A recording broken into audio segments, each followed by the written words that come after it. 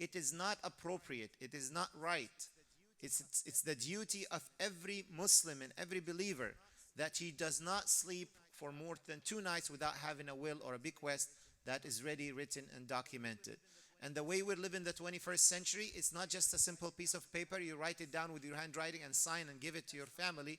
That's not going to go with the court of law. That's not going to go when people are looking at your assets after you die. They're not going to recognize that. It has to be a very sophisticated bequest or will. My will that I have, I think it's 1,000 or 1,500 pages that I established, that I wrote down 12 years ago. And every 5 or 6 years, I go and renew it and I make sure that it's updated. So each one of us should have that. And imagine how beautiful it is, because we don't know when we're going to die, right? But imagine after you leave this world that your charity is continuing to serving our organizations. And now maybe we need the money to buy something, to do something here or there. But after we die, we don't need all that money. So some of it can go for a good cause. So from an individual point of view, it's important that all of us and our community members are filling out or establishing these wasiyas. As an organization, as Hani said, let us all have it done in a professional and very well structured way, that each one of our masajid is an endowment, has an endowment. I don't know if I'm using the right terminology, all right? Because really sophisticated donors and people who are having a high net worth, they're not just going to put your name in their will if you don't have a well structured and professionally prepared endowment for your masjid or your organization. When they heard that the Shura Council has an endowment, alhamdulillah, okay, add the Shura Council. And because of our support to this effort, alhamdulillah, Cornerstone is given back to Shura Council. So as you notice, the Shura Council is not only looking for collecting donations from cash and asking people. We are looking for so many other ways to create revenues and funds. And this is going to be maybe one of the most important ones, that we, inshallah, will have our Shura Council very well established financially, very healthy financially in few years, in many years from now, when things start coming in, inshallah, from these wasiyas and these trusts. Yes. And I just wanted to add something that I missed. And I just want to thank the Shura Council for having this great vision. I mean, Shura Council had actually invested in a software, a plan giving software, similar to the same software that Chapman University used for their plan giving. So it's taking it to a whole different level, make it easier for us to explain what is plan giving, to educate the community on plan giving. From our point as Cornerstone, we're facilitating setting up the will process. We're setting up only a flat fee, 595, divided in 12 payments. So they're paying a $37 monthly payment. We want to really get as many people of the community to get their wills, because it's mandatory, first of all, and second, that increases the chances of leaving a bequest to their favorite charity. No, thank you very much. Good point to add. Please talk to Hani, invite him to your masjid, let him do a presentation, and you'll be amazed the goodness that come out from these presentations and these meetings. Now to reality. This is for the future. Let's talk about our financial report and financial status at the moment. Open the green page. And by the way, this financial report usually is presented by our treasurer, Sister Dua Alwan, who is unfortunately hurt her back a few months ago, and she's been really in pain since then, and she's not able to go and attend the meetings. So we ask Allah subhanahu wa ta'ala to give her recovery and to make it easy on her and to bring her back so she can help us out and serve the community and the Shura Council. Also, one of the absentee from the board is Imam Wali, who traveled to Louisiana because his sister is in her advanced stages of cancer. So we ask Allah as well to make it easy on them both. The financial report is in the green page because we're not done with the month of June yet. You only have the first 3 months of the year. It shows the amount that we have in every account, and then the income and the expenses and the costs. Since it's not the annual meeting, there is no reason for us to move to approve or amend. This is just for your reference to see the health of the organization. It is extremely important that we pay attention to some of the numbers in brackets. These are negative numbers. And it is really sad to see that our MSN program is in the negative. Can you please look at that? This is one of the most important projects of our community. When we go out and talk to the schools about Islam, when we send certified speakers to talk about Islam, to teach children about Islam properly, in the proper way, not so they can learn it from someone who does not know anything about Islam except what they see on Fox News. These are certified speakers who are going out. And we spoke about 2 years ago, and we agreed as Shura Council that we only get 5% of our collected zakah. Only 5% of our collected zakah should be given to MSN and POP. But if you notice, for the first 3 months of the year, that number is in the negative. So we need to bring it up, please. If any masjid, you look at your calculations, you look at how much you collected from zakah money, you cannot use that for the masjid operation. You cannot use that to pay the salaries of the employees of the masjid. You have to use it for the zakah, for the poor and the needy and the right destinations of zakah. So only 5% of that amount is supposed to go to MSN and POP. So please make sure that you reach out to your board, to your treasurer, issue that check. It's a small amount compared to the amounts that's collected for zakah. It will definitely benefit and will make things much, much better when it comes to the work of the MSN. Any questions? Yes, Mehdi.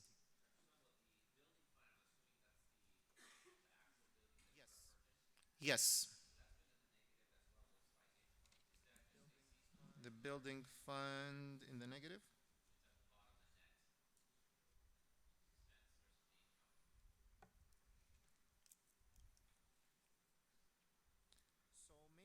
So mainly the expenses are those whom we are paying loans back. So the building fund, I'm glad you asked. So let's talk a little bit about the building. Everyone, please pay attention. Put your cell phones on the side. Turn off your laptops. All right. You all know that we bought the building and we paid some expenses for $3 million. Those $3 million came from different sources. Number one, Qard Hassan. We collected $900,000 in good loans. That means we have to give back those to the people soon. They are zero interest loans. Number two, the loan from UIF, University Islamic Financing Bank.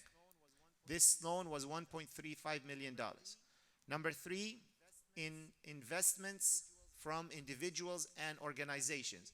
That when we closed escrow, it was about $500,000 in investments. People who put that money and collect back some money in return from the rent and the income that's generated by the building.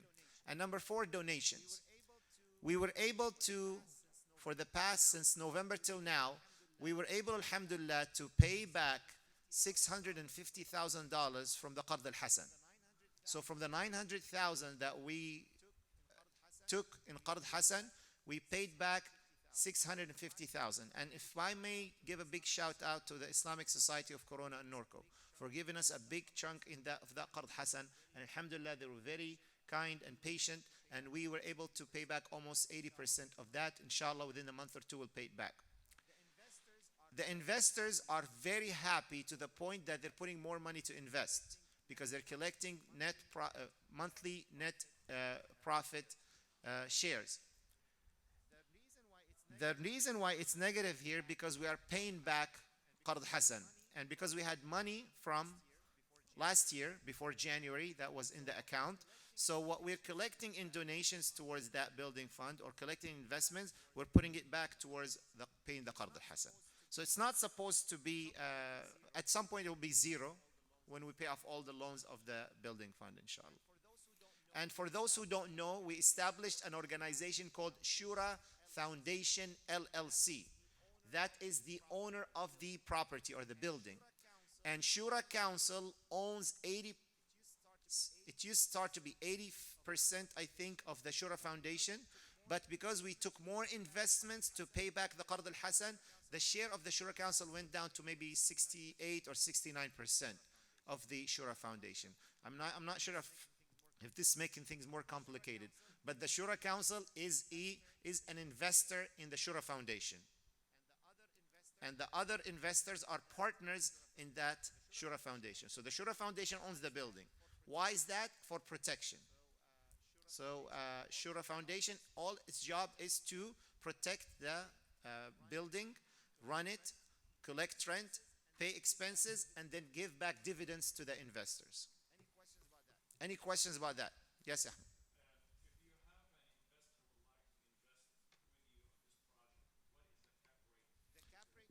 The cap rate been since November till now 6%.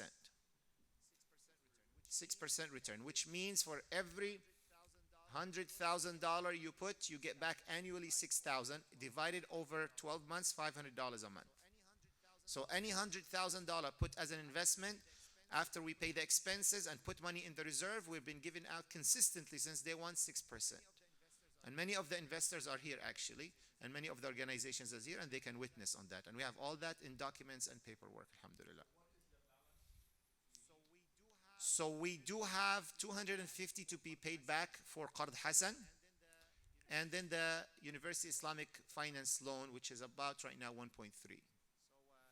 So if anyone would like to invest, please let me know, and we can sit down and go through the details of numbers and let you know how it would work and give you more about the yes, I'm sorry. Absolutely halal, 100%. Why would it be haram? Because you can at some point, if we have no tenants whatsoever, you'll get zero return. Let's say tomorrow all the tenants left, there is no money coming in, then you'll get zero return. Let's say tomorrow one of the tenants left and we were able to get another tenant who paid double the amount, then your rate will go high. Now the investors, our agreement with the investors that we have to buy them back within 5 years. So within 5 years, we'll come to the investor and say, your share is that much, you own 2% of the property. The property, we bought it for 3 million, now it's 3.5 million. Your share went up as well. So whatever money that was put there, it goes by the value of the property. So it's not a loan that you're getting back 6% interest. It is an investment that happened that you'll be getting back 6% return on it for the past 6 to 8 months. Any other questions about that? Sorry, go ahead. That's part of the Shura share. Shura Council took that loan on its name to invest in the Shura building. So it's not kind of the responsibility of the investors, it's the responsibility of the Shura Council. But the UIF, what they do is they become kind of partners as well. I would say Islamic banks, how they work, either partners that they charge you rent for their portion and you pay them back that rent, and every time you pay them back more, the rent will go less, just like any Islamic financing system. And UIF was, by the way, one of the best banks that we had to deal with. Very smooth, very easy. I really appreciate the way they supported the community. All right, yes.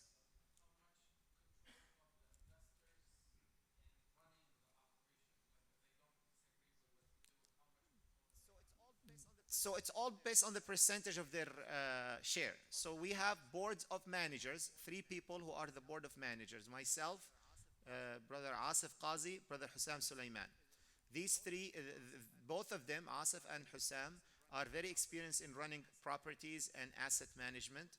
That's what they do for a living. And we pretty much collect the rent, and then we make the decisions for the organization.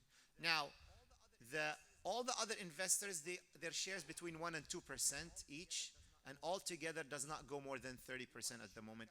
We want the Shura Council to be the main holder, so it won't go lower than 65% for the Shura Council until we completely buy back all the shares. Once we buy back all the shares, the Shura Council will own 100%, and 100% of the income will go to cover the expenses of the Shura Council. So the net revenue right now from the organization, from the operation, is about $15,000 a month. 15,000 been given out in distribution in dividends.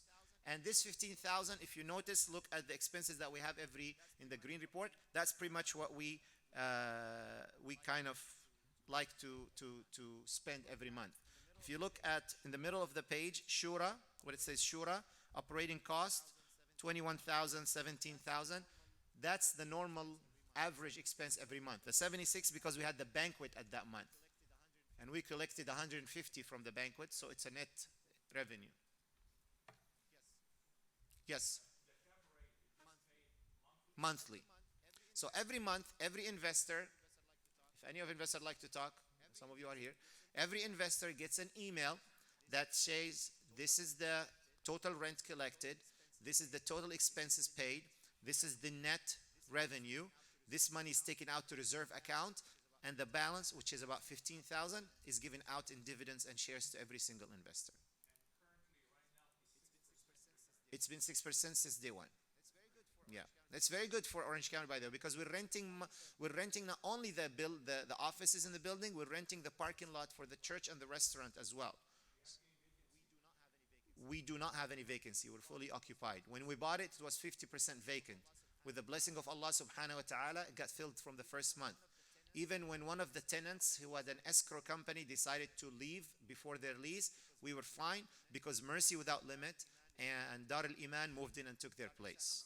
Dar al-Ihsan, I'm sorry. That's the second strike with you, Brother Muhammad, today. I'm so sorry. I sent him a message yesterday. How many of you received my text message yesterday? Reminding you about the meeting today.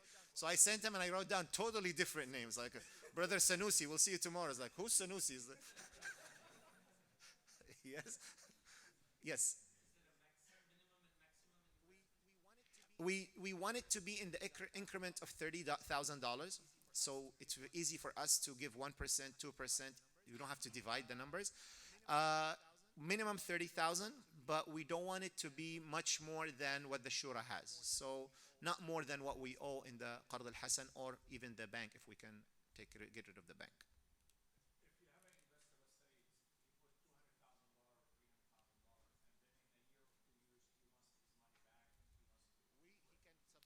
He can submit that request, and we will have to see if we have the money. We'll buy it right away. Otherwise, we have to find another investor who'll buy him out.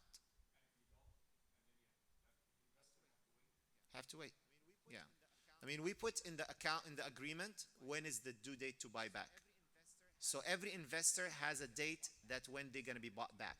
Some of them 2 years, some of them 3 years, some of them 5 years. Okay.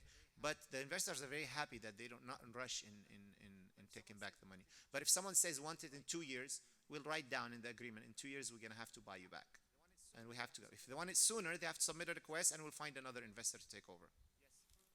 Yes. Yes. Yes. We want 5 to 7 years maximum to be debt free, completely paid off, inshallah. Well, we inshallah, as many of people ask that question, we'll have a second project because the way it worked, it was an amazing success, and it broke the ice and it broke the fear that we had in our community that we cannot do things together, and it was an amazing experience from my side as well, from the people who are part of this. So inshallah, this won't be the last.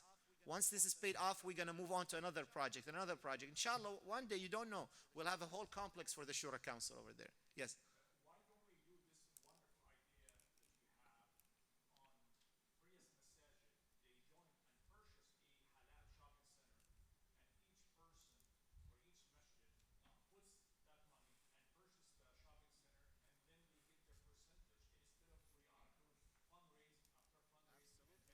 Absolutely. Brilliant idea, inshallah. The first step to agree on starting Ramadan and Eid on the same day. And inshallah, after that.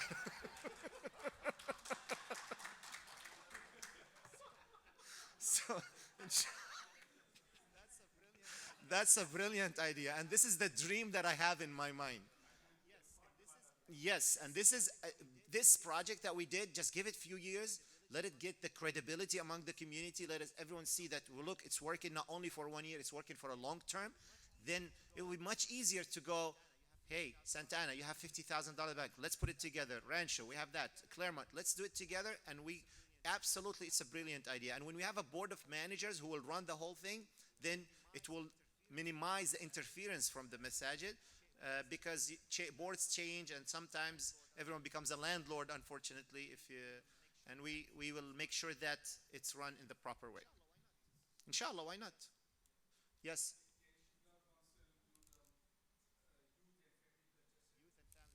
youth and families. So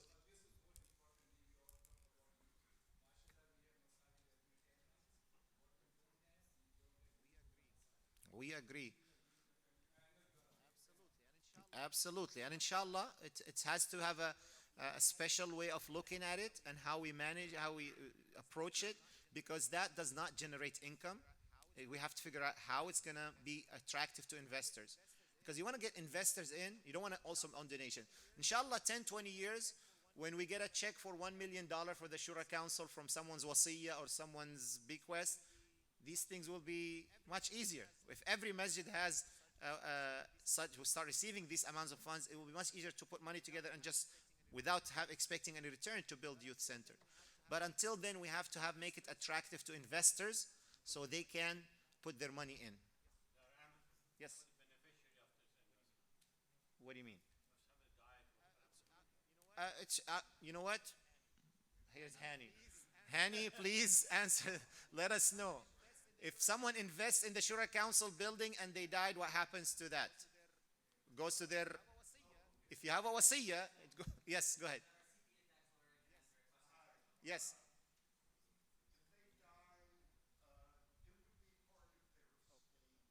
Okay.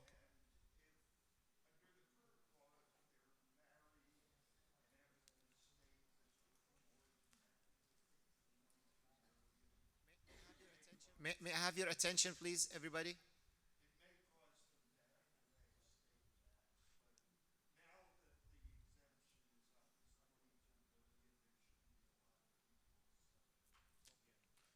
Okay. Now, so if someone dies and they don't have a wasiyah or a bequest or a will, is it true that a big chunk of that goes to taxes?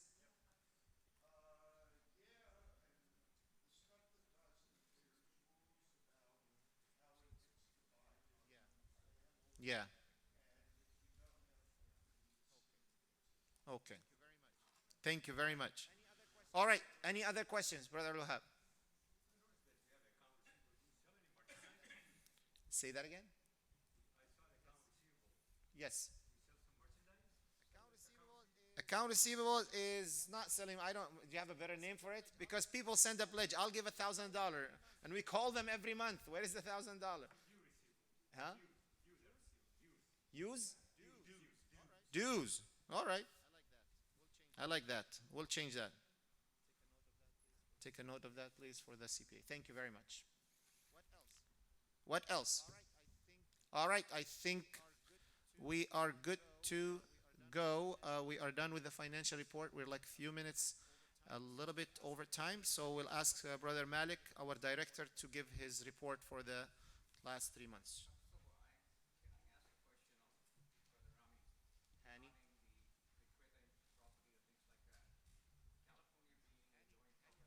Hani, Hani, are you listening? Question for you. Yeah,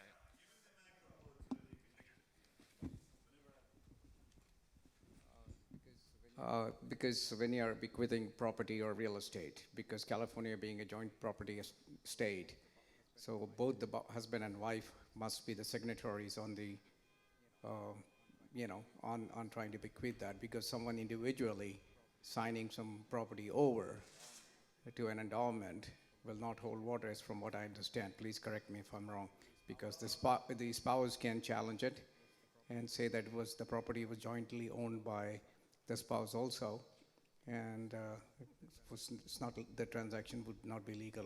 Am I correct?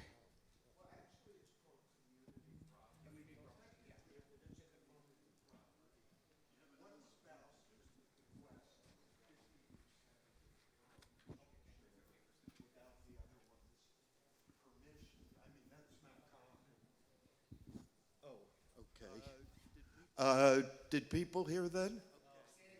Okay. Uh, oh, there's, oh, there's an echo. Okay. Um, okay, California is what's called a community property state. It's not joint. And technically, what happens is each spouse owns 50%. So one spouse could make a bequest with of 50% interest in the property without the other person joining. And that's assuming that it's community property. I mean, property can be separate property. For example, if you inherit property, it's only the property of the spouse who inherits it. Or you can have an agreement as to how property's divided up. Did I answer your question? Yeah. If you only have the one. If it's community property, because the difference is joint property,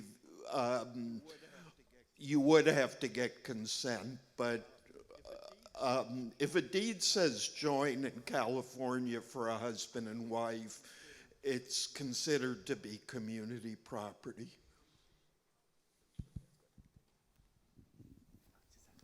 Okay.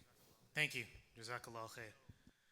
So, Bismillah ar-Rahman ar-Rahim. I'm just going to kind of get into my report. Alhamdulillah, we've been talking about our Young Inspirers fellowship that we were going to start up the new cohort, inshallah, coming up. So we have put out the application. And once again, for those of you that aren't familiar with what Young Inspirers is, it is a training program to put young professionals through nonprofit training. So that we always talk about, we love to have youth involved and all of that, but we often don't actually give them the tools to be able to serve. So what this program does is it takes youth and the people who apply and who are approved, they actually go through nonprofit training. So that actually when they sit on the board, they actually know what they're doing. They can actually contribute to the organization. So our goal is to create a group of young leaders in our community that not only have the drive and the will to serve the community, but they also have the skills and the know-how to actually serve on boards beneficially and actually take our organizations, inshallah, to the next level. So the application process has already started. It's online. If you are on our newsletter, if you are on any of our email lists, you have gotten the application link. If any of you need it, you know of people who would be interested in it, please make sure that you send them over and you have them apply for this program. Inshallah, like I said, our goal is to train as many young professionals in our community to be able to serve our masajid and serve our community. On the yellow pages, you'll actually see all of the dates that this program it happens. So it happens twice a month, starting September and ending in December, inshallah ta'ala. If you need more information or anything about it, inshallah, please let me know.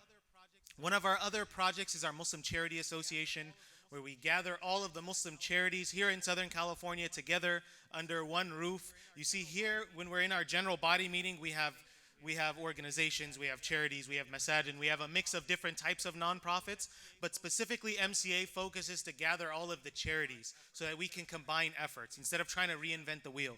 Instead of duplicating work, we bring them all together so that we can collaborate, we can coordinate, and we can better serve our community and the people that are in need. So it will be held on the third Wednesday of every other month, inshallah. The upcoming dates are mentioned here as well, inshallah. Another one of our major projects that we have been talking about, that we announced, is the Shura Credit Union. Now, we talked about having a credit union that is made up of the community, that serves the community, that benefits the community. And we have started that process, alhamdulillah. We are in contact with experts who have started community credit unions, alhamdulillah, for the Muslim community all throughout the country, in Texas, in New York, in New Jersey, and other states, alhamdulillah. They are assisting us currently in creating this credit union. So imagine all of your banking experience and everything that you do with your current bank right now, online banking, deposits, everything, all done in a Shari'i compliant way. By the way, inshallah, our goal through this is also to have loans that can be done 0%. Fully Shari'i compliant loans. And of course, it'll be of scale, right? We're not going to start off by, being able to finance multi-million-dollar properties. But eventually, inshallah, the goal is to get there. So small, zero interest loans to start off. And then, inshallah, as it grows, we'll be able to build it. Right now, at this point, what we need from the community, the Federal Bureau of Credit Unions needs to see interest from the Muslim community. That there is interest, that the Muslims here are saying, you know what, that sounds like a good idea. It sounds like a good idea to have this product for the Muslim community. So what we need from Masajid, we need Masajid who have membership. And these are federal guidelines. It's not something that we can mess with or anything of that nature. So we need Masajid that have membership to just give us a letter saying that that it's a good idea. We like it, and we'd love for the process to move forward. Zero obligation. There is nothing that goes upon the organization at all. It's just merely showing that there is interest within the community. We need to get Masajid that have membership, and we have to have a total membership of 3,000 people. So for instance, one masjid has 500, right? And we get a few Masajid, all totaling up to 3,000 members. So the Masajid here who have membership, who are interested, who can help us, inshallah, move this forward, please let us know. Please come see myself, inshallah. Come see Sister Elaine or any one of the board members. And inshallah, let us know that you are interested in helping us move this to the next level. Next month, inshallah, the North American Islamic Trust, which is, excuse me. Did you have something you want to say? Known as Nate. Yes. Yeah, alhamdulillah. Known as Nate. They are actually coming here to Southern California to let the community know about who they are. Many of us have heard of Nate.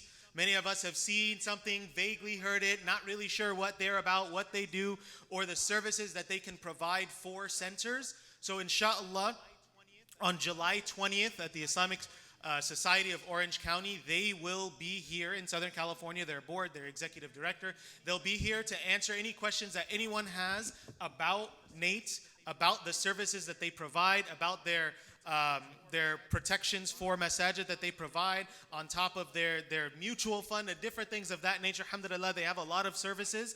So we invite each and every one of you, inshallah, to come, to listen, to learn, inshallah. If it can benefit your masjid, alhamdulillah, or your center, it's just an informational session, inshallah. I'm told there's going to be a very good lunch, alhamdulillah. So we encourage all of you to come. We're going to continually send out the messages, but just to inform all of you of that meeting, inshallah ta'ala. Next, we are always trying to bring benefits to our members. That's one of our goals, is always to bring benefits to membership. And there are three things in particular that I wanted to go over. Number one is Claremont Lincoln University. So this is a university mainly based online that actually has a lot of degrees in leadership and ethics, different things of that nature, to take your organization to the next level, and organizational leadership, different things of that nature, so that, staff members, board members who actually, want to continue their learning and take their learning to the next level to support the Muslim community are able to get flexible degrees through their programs. Alhamdulillah, we were able to work out a deal with them that Shura Council members actually get a 10% scholarship towards any of their tuition. So alhamdulillah, being a member of the Shura Council, this is extended to the boards, this is extended to the staff. And if the board or the staff say that, we have some community members that we want to go through this program because we feel that they can get some benefit from it, bismillah, it's no problem at all. Inshallah, they will get a 10% scholarship towards whatever degree program that they go to. So this is another, alhamdulillah, benefit that you all, inshallah, get to your membership. Actually, before I get to the other two, we are also constantly trying to bring people, organizations that can benefit our organizations together. So one such organization is the Los Angeles County Metropolitan Transit Authority. For those of our organizations that operate within LA County, we were able to have a conversation with their CEO, and in collaboration with Masjid Al-Fatiha, inshallah, we are going to set a meeting for our members in LA County to be able to meet with the CEO, talk about concerns that you have, learn more about their projects, learn about the internships and the career opportunities that they have actually that are available for our community, see what projects they have coming in, and how our organizations, inshallah, can benefit from it. Going back to the membership benefits, alhamdulillah, we have two separate membership portals that we have started that inshallah each and every one of our members can take advantage of. However, there is a catch. So if you see on the end of the first page, it has staples, right? This brings discounts to our members, various categories. Some of the discounts are companies like Sprint. If you have Sprint, you have your cell phone plan with Sprint, you'll get a 25% discount on your bill. This is for, as a business, you get a discount, but then also you are able to pass this discount onto your staff. So it's not only for the organization itself, it's also a benefit for the staff of the organization. So it's something that we're adding that inshallah you can pass on to all of the people that work within your organization. And it has a variety of different discounts that you can use from different travel discounts with different companies. And then on the next page, you'll see that there's another one called Purchase Point, which basically what they do is they bring a bunch of different organizations together, a bunch of different companies together, and through collective purchasing power, they're able to negotiate extremely discounted rates for a variety of different services. And all of these services are mentioned here. Facilities management, HR. So for instance, all of us, we have to buy regular like toilet tissue, plates, cups, spoons, all of these things. But because we're doing it under one umbrella, instead of one of us going to purchase it, they're going to give us a little bit of a discount. Imagine if hundreds of us are coming together, the discount that we're going to get. So being under this program, we're actually getting that power because they actually have access to $35 billion worth of purchasing power. They have over 1,000 organizations throughout the country that are part of this purchasing agreement. So alhamdulillah, with your help, we will start being part of this purchasing agreement where each and every one of you will have access to these discounted services. Now, do you remember I said there was a catch? Do you know what the catch is? The catch is you can only take advantage of these benefits if you sign up for them. So you're all a member of the Shura Council, alhamdulillah, so you have access to it. However, you have to individually sign up. So if you are interested in partaking and taking advantage of these, you actually have to come to us and specifically sign up. You can't just, oh, okay, no, I'm a member, I get it. There's a sign-up process that we have to go through. Very quick, very painless. It takes 30 minutes. Very quick, very easy. However, you all have to actually come and do the sign-up. It doesn't just, you're not just automatically signed up. You actually have to come to us and we'll sign you up, inshallah, and you'll get all of the benefits, inshallah, that are mentioned here. And if anyone wants more of the things that are actually available, you can look at, I attached one of them, which just talks about some of the benefits that you can give to your employees and some of the benefit that your business gets. If you want a more detail, it's literally a list of like, I think it's like 40 pages of companies and things that you can get benefit from. I didn't want to include a 40-page thing in this. I figured I'd save a couple trees. So whoever is interested, inshallah, please make sure you contact me so we can do that. Another thing that we did for those, when you walked in the front entrance, you probably saw there's some brothers outside have some beautiful Islamic art pieces. We know that there are a lot of masajid, that are trying to get nice art pieces that are coming into their masjid. So alhamdulillah, we were able to meet these brothers, Salam Gallery, very active, good brothers in our community. And they've agreed actually that any masjid, any member of the Shura Council that wants to get some of their art pieces or anything of that nature, they'll give it to the masjid at a discounted price. So anything that you just as a member of the Shura Council, you get a discounted price with them. One of the other things that's really helpful that they've been doing, that they were doing during Ramadan, that we wanted to bring to everyone else, they were giving the art pieces. So some of these art pieces, for instance, they're giving them, at a good price, alhamdulillah, but they're giving it as an auction piece. So for instance, you pay $100 for the piece, but they're helping you auction it off. It ends up auctioning it off for $1,000. So that $900 goes to the masjid. So they're trying to help, inshallah, organizations be able to raise money. Like Brother Ahmed said, we're always trying to figure out ways and beg. This is an easier way, inshallah, to bring revenue to the masjid. One other item that I wanted to mention, it's not in the report, but Dr. Subh had mentioned about our efforts in Ramadan. And I want to thank everyone for opening their doors. Alhamdulillah, between just a few of us, we were able to visit over 40 masajid during Ramadan. Over 40 masajid during Ramadan. Alhamdulillah, all of you opened your doors and you were extremely generous. And all we wanted to do was just let the community know about what Shura Council is doing. And alhamdulillah, we thank each and every one of you who opened your doors, inshallah, and allowed us to come and let the community know about what we are doing. And inshallah, we look forward to continuing it and inshallah doubling that number next year.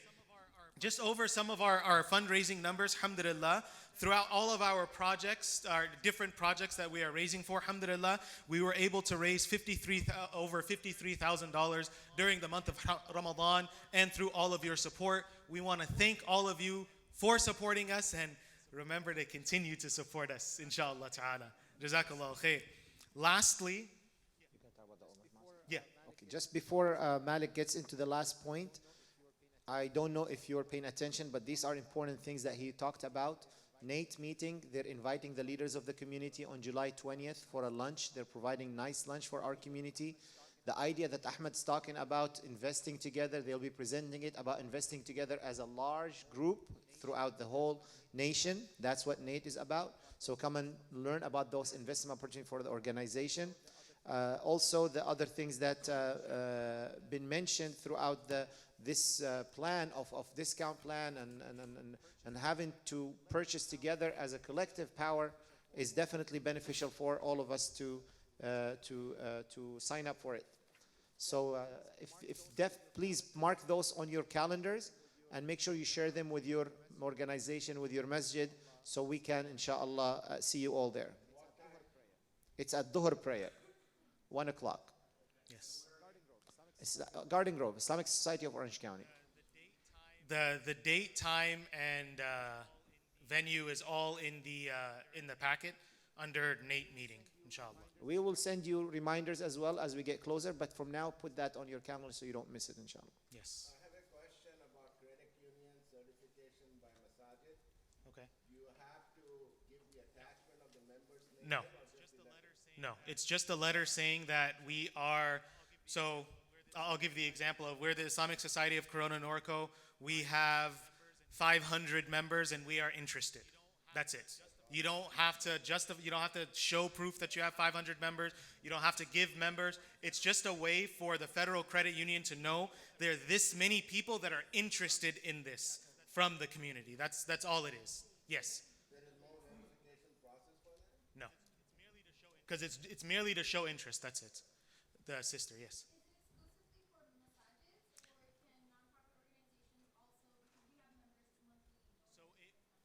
So it would depend on specifically your bylaws. So if your bylaws state that if someone is a monthly donor, they're a member and they have voting rights, then yes. So they have to be a member of the organization, and there has to be some type of voting rights for that. So for instance, just having saying they're a member or just paying a monthly fee, they have to actually be members in the sense that also that they can vote. Thank you for asking so I could clarify. Jazakallah khair. Yes, we had sent previously out actually a letter. So even the example, so the Federal Credit Bureau, they actually send us literally the template, and we sent it out to all of our members. Inshallah, we'll make sure to send it out again. And please just come and talk to me if any of you are interested, inshallah. There was someone else had their hand up. I thought I saw it. Oh, no. Yes. No. Unfortunately, they don't count. They have to have membership according to the federal regulations. Yes. Yes. And the same question is like so much they don't have membership. But when if inshallah you guys get this connected, the ones without membership, Everyone will be able to take benefit. So everyone, regardless if you have membership, not membership, you're on a board, you're not on a board, it's for the entire community. However, part of the federal regulations are that you have to have a certain number of members that are part of a nonprofit, because this is going to be a community credit union. You have to be able to show that you have that interest from that segment. Yes. Just that they have to be voting, be able to vote. That's it. There's no money. No, they don't specify money. It's of course it's encouraged, but as long as they have voting power, right? And they're, for instance, it's not just I become a member, right? There has to be some type of membership process, and they have to have voting power. Those are the two criteria. So Brother Malik, since Yes. this project is very, very important and it's on our calendar, Yes. can we request a motion for all our members to endorse and send this letter? Gotta love Brother Kaleem, right? Always pushing it forward, mashallah. So, Brother Hassan is here, maybe he can ask for a motion. I don't want to put anyone on the spot. I prefer, inshallah, to individually, because I know that there are a lot of questions that you all probably have, alhamdulillah. So I want to make sure that everyone is comfortable moving forward with it. I don't want to push anyone to say, we're going to do it. You know what I mean? It sounds like a great idea. I want everyone to be able to see everything that's happening, everything involved. You see all of it, everything, to make sure that you get the full buy-in. So that's why I don't specifically want to, hey, you guys have membership, come on, right? I think this is a good experience to put a motion and have a discussion. Because when motion gets seconded, there is a debate whether it's worthwhile or not. Maybe not now, but I think it's a good I think definitely at the few, when we get a little bit closer to that, I definitely think, inshallah, that's something Right. that we can do. Let's move on. Thank you very much. Yes. Sorry, just quick last point. Open Mosque Day. How many people remember when that is? MashaAllah, because it's in front of you. That's actually the wrong date. I put it there just to trick you. I'm joking. So one thing that we want to make sure, alhamdulillah, this is the date that we chose, inshallah, to have nationally. So throughout the country, inshallah, masajid in many different states and even throughout different countries are actually going to be opening their doors, same time, same place. Now, last year, one of the requests that we got was, okay, how can we set up? And we really want to help our masajid, our organizations, make their open mosque day as successful as possible. So we're doing this in 4 ways. Number one, here you'll see just a very quick checklist. And it just mentions some of the things to do to prepare. This is just a very quick, not very exhaustive checklist, something that you have with you right now, you can take and you can start doing.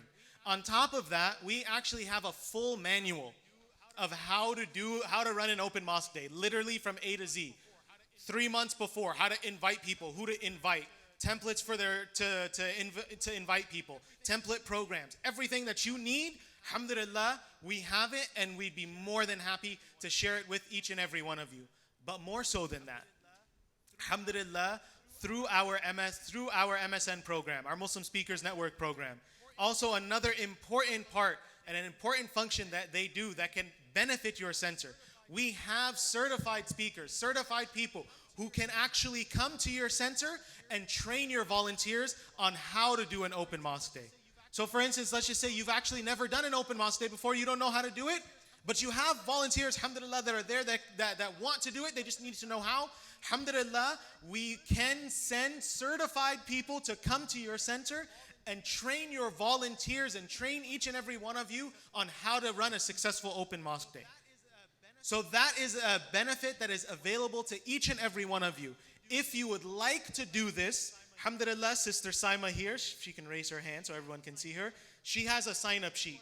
If any of you are interested, please put your name and all of your information there so she can contact you.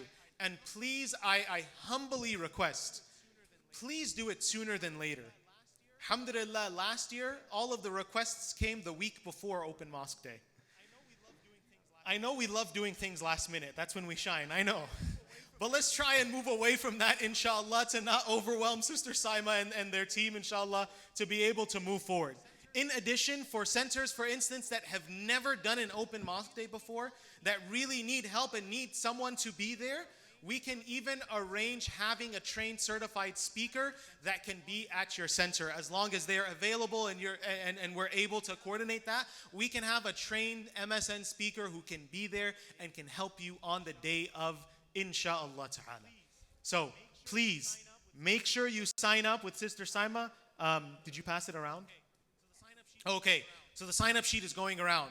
Please make sure you sign up. And please, I encourage all of the masajid, participate in Open Mosque Day, inshallah.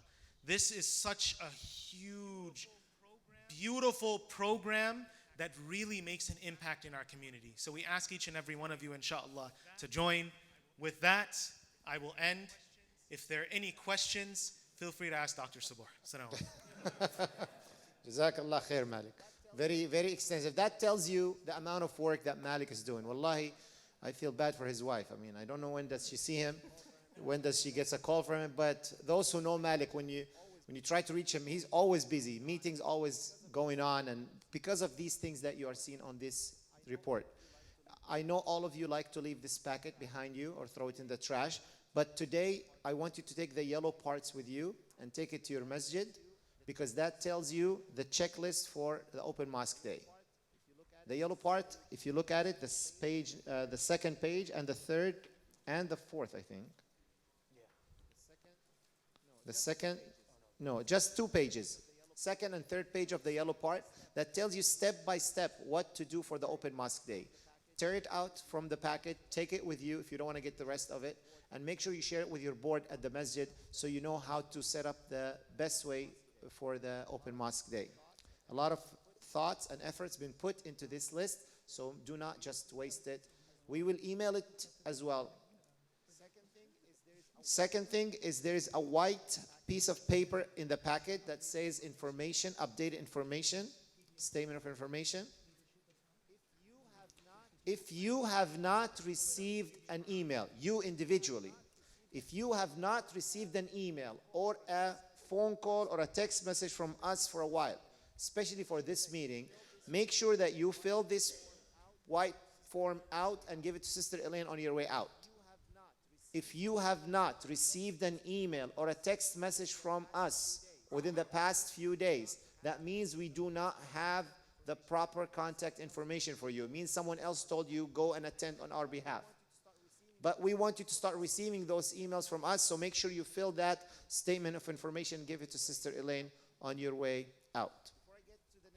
Before I get to the next segment of the meeting, we have several people who've been attending maybe for the first time. How many of you attend for the first time?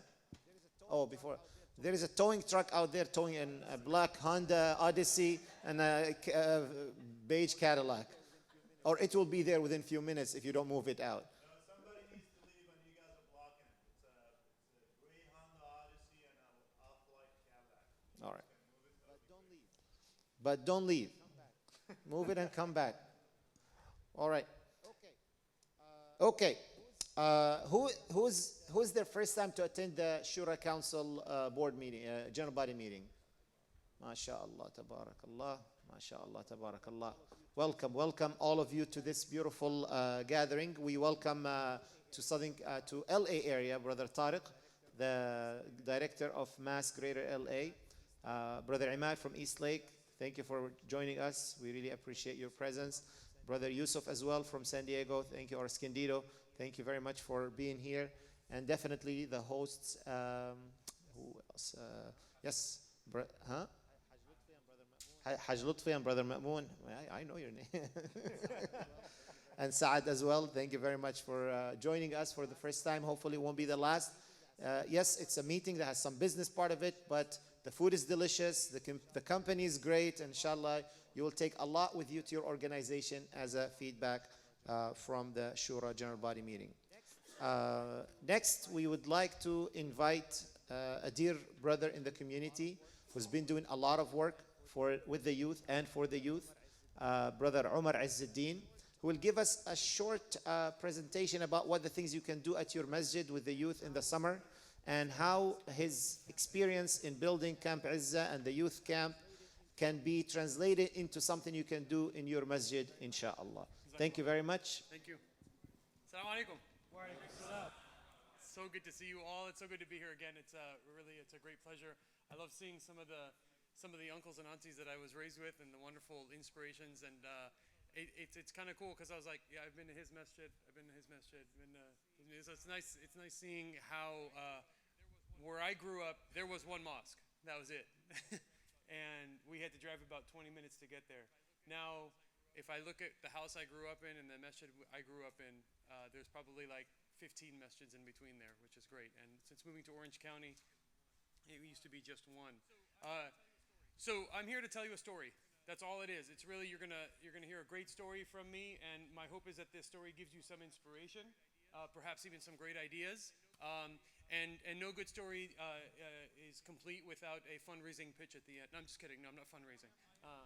But I am here to talk about a specific project that I'm working on. So first of all, my name is Omar Izzuddin, and growing up in an Egyptian family, I'm probably one of the last of my generation that had this stigma that you're either going to be a doctor or an engineer or a lawyer, and that very much was a stigma that I was raised with, and I think in a lot of ways it's kind of stuck to me. But the truth of the matter is, although in college I was studying pre-med, I finally just kind of came to terms with what my calling was, and my calling was education. And so many of you may have heard of me or have even worked with me in my experience working with the New Horizon schools, first in Pasadena, and then I opened the one in Irvine. I worked with a number of educational institutions, including public schools.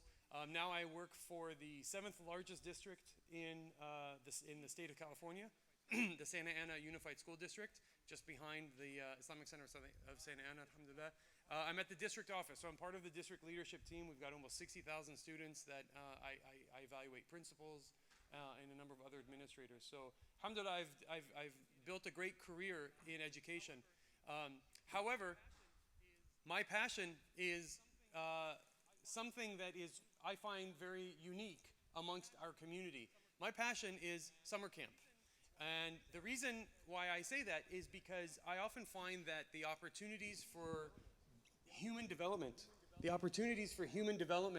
are more than just what happens in a classroom.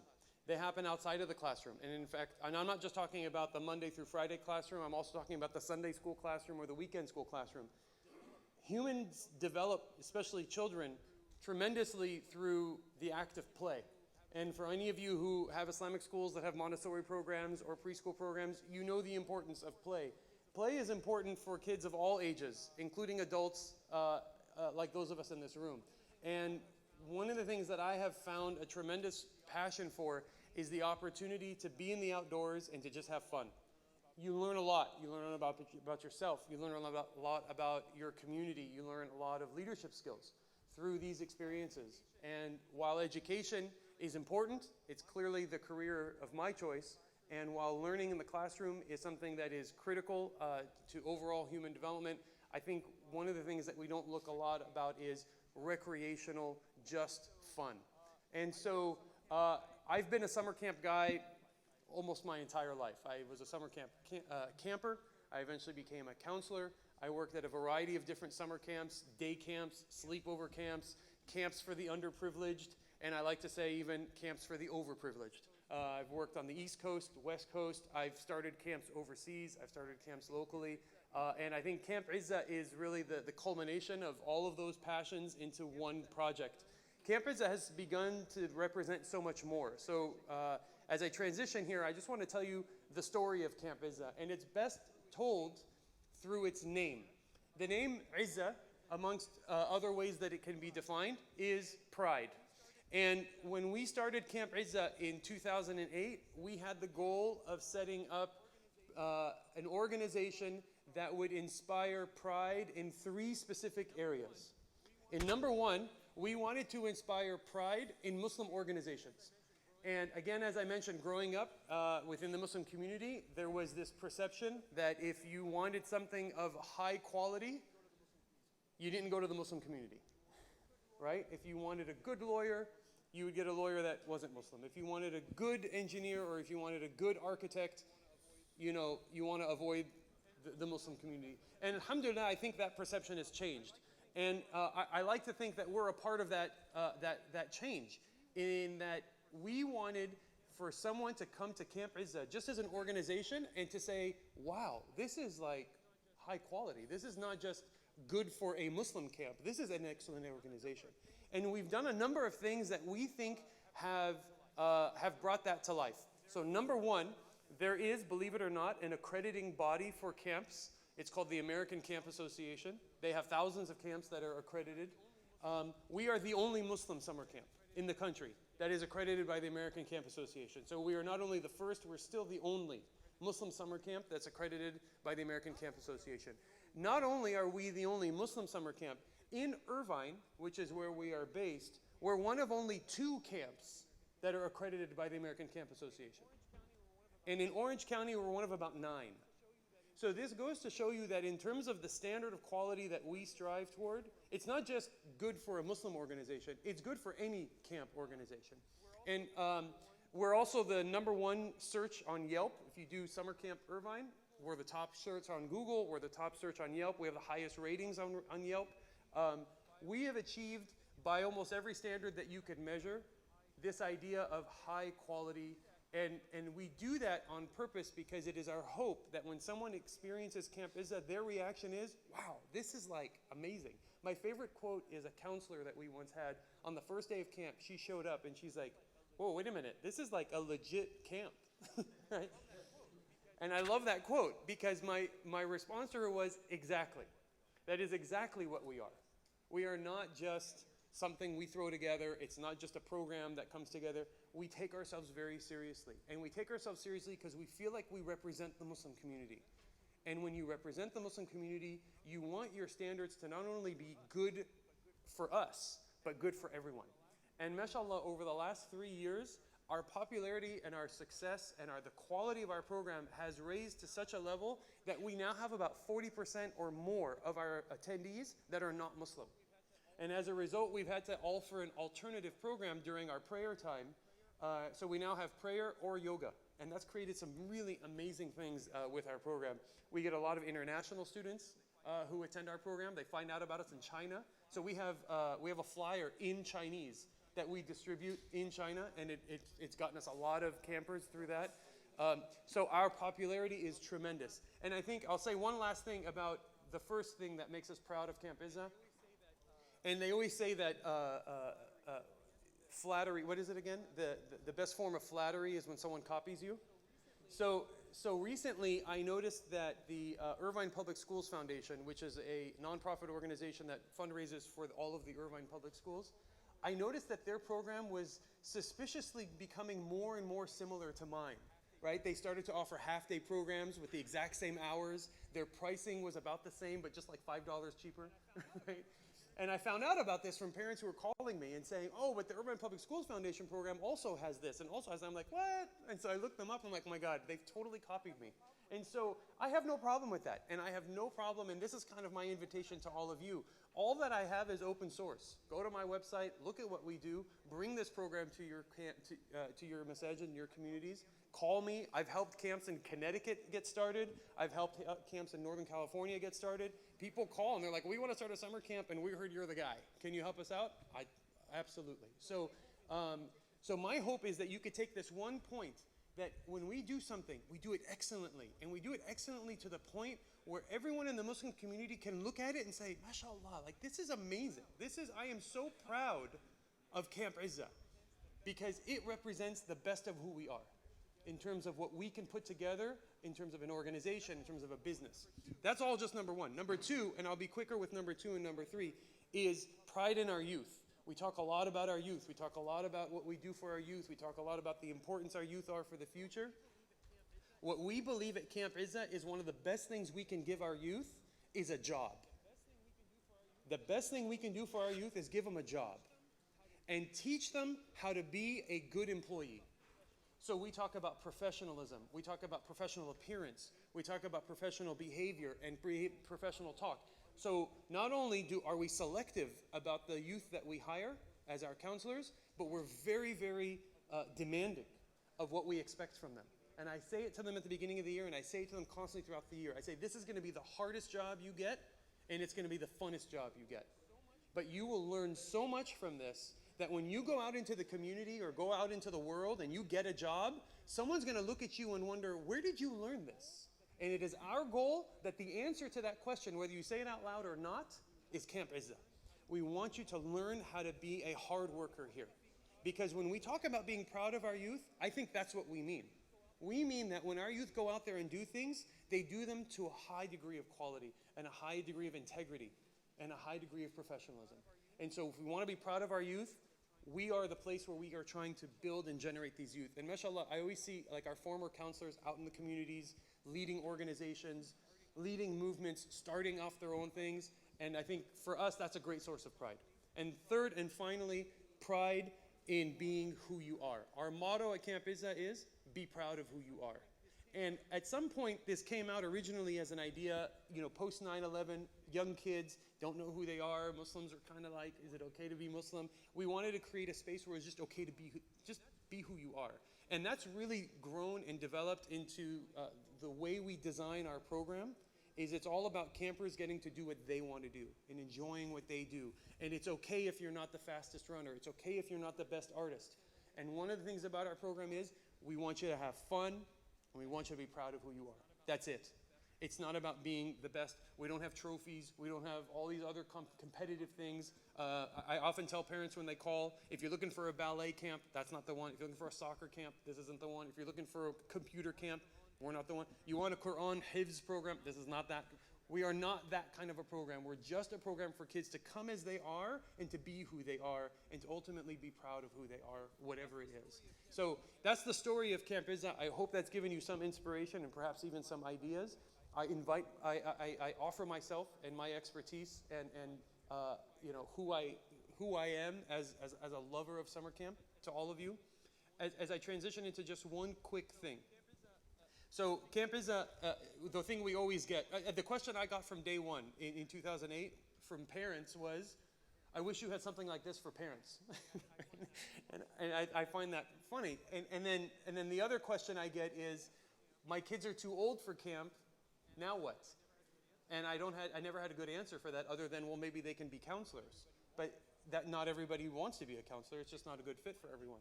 And so we finally put together a program 3 years ago for high school youth. It operates under Camp Izzah's 501c3, but it operates under a very different name. And we've actually changed its name recently to the Youth Spiritual Summit. So at the Shura Council meeting a couple months ago, I made this announcement. And I'm just going to quickly do a quick plug for the Youth Spiritual Summit. The design for the Youth Spiritual Summit is something that I think is somewhat unique. So first of all, just a quick show of hands. How many of you have a youth group in your masjid, in your community? Excellent, very good. And so same question, or same group of people here. For those youth groups, probably like the youth group I grew up in, there's always some event where they go up into the mountains, some kind of a camping trip. Am I correct? And what I've often found with these programs, and in fact, Camp Izzah kind of rescued a program that the Islamic Center of Irvine was doing for many, many years that I helped them get started. Eventually what happened was the Islamic Center is like, we can't afford this anymore. It's costing too much, and you guys want to keep doing this, but you can't figure out a way to make the finances work. And so the group that had started that were going to go off on their own, and that's where I said, well, let me work with you guys. And we came up with a break-even business model, right? So it's not a nonprofit just like Camp Izzah is, but it's a break-even business model. In other words, we figure out a way to be able to make things work without having to fundraise and without having an organization have to write the check. And so what we thought of was, if this organization could be independent, in other words, it doesn't represent a mosque or a specific community or a specific geographic area, but all of Southern California could use this as their, how would you say, their outsource for the camp, right? So think of the youth group that you've got and the camp that they want to go on. What the Islamic Center of Southern California did was they essentially said, listen, we are outsourcing that program to you guys. So we're going to send all our kids to you guys. They sign up for your program because we know you're not the Irvine Mosque Camp. You're not the Garden Grove Mosque Camp. You're not the Corona Mosque Camp. You're just this independent, neutral organization. I see the time on your eyes. So very quickly, if any of you are interested, we've already reached the deadline for getting our refund back on the site. And so I'm literally today still negotiating with my board about what I can do to get an extension on getting our refund back, whether we have to cancel the program or not because of not having enough people. What that means is there may still be an opportunity. If any of you are interested, just raise your hand as I kind of walk off the stage here. I'll hand you one of these. It's got my contact information on it. And you can email me and say, or you can give it to your youth director and have your youth director email me and say, hey, how can we get our kids to go to this program? Okay? And I will respond. If you could please do that in the next maybe 2 or 3 days, that would be tremendous. Because like I said, I'm still not sure if we're going to be able to pull this off this year due to low enrollment. Thank you so much for your time. Thank you, Dr. Soba. Where did Malik go? But thank you all very much. I appreciate the opportunity. I hope I've given you some inspiration, and I hope to hear from each of you as well. Thank you. My pleasure. Appreciate it. Thank you. The best part that he's availing himself, if you have any desire to establish such a program at your masjid, that Omar will be more than happy to come and visit. If I may have the sound in the back, a little bit low.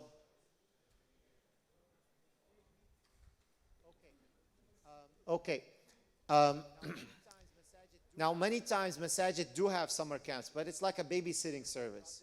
Just the parents will drop their kids, and the kids get bored to death. Black Tesla. All right. So sometimes those camps cause damage to the kids and the way they think about Islam, because now every time the parents are going to take them, we're going to go to the masjid. They go, oh no, we don't want to go to the masjid. It should be the other way around. It should be, yes, we want to go to the masjid. Omar, just leave it. The people will pass it. Thank you.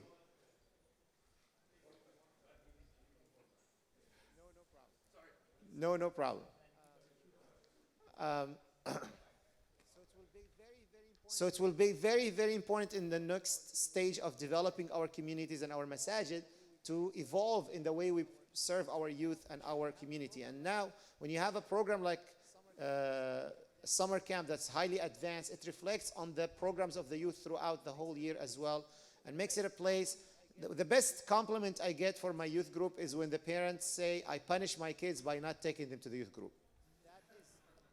That is a beautiful thing that I heard many times from my parents at the masjid, because the kids look forward to it and they want to go, rather they are dragged to go. The worst thing when the parents are dragging. So inshallah, this was a beneficial presentation for all of you.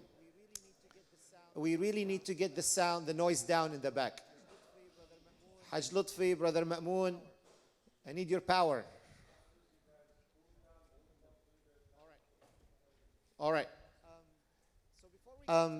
So before we get to the next segment, I'd like to also mention that since last time we met at Masjid Al-Sharif, we met at the same day that our dear brother Imam Amin Umar passed away. That was his masjid. We went and had the meeting at his masjid. I went and visited him in the hospital after the meeting, and later on in the evening he passed away. He was a board member in the Shura Council, an amazing leader in the Southern California community, a beloved imam in the African American community, and may Allah subhanahu wa ta'ala grant him the highest levels of Jannah. His family appreciated the support that they got from the Shura, and they extended all their thanks and appreciation to us, telling us that the Shura stood by them and our support to them was highly noticed and appreciated. Alhamdulillah, the masjid is moving on. Long Beach Islamic Center, or Masjid Sharif, is moving on. We have Brother Ibrahim is here, and they just announced that Imam Abdul Hafiz will be serving as the imam or the resident imam of the masjid. As you all know, Imam Al Hafiz is part of the Shura team who handles the prison outreach program. Now he has to be put back into work into serving the community as an imam. May Allah subhanahu wa ta'ala give you the success in doing that.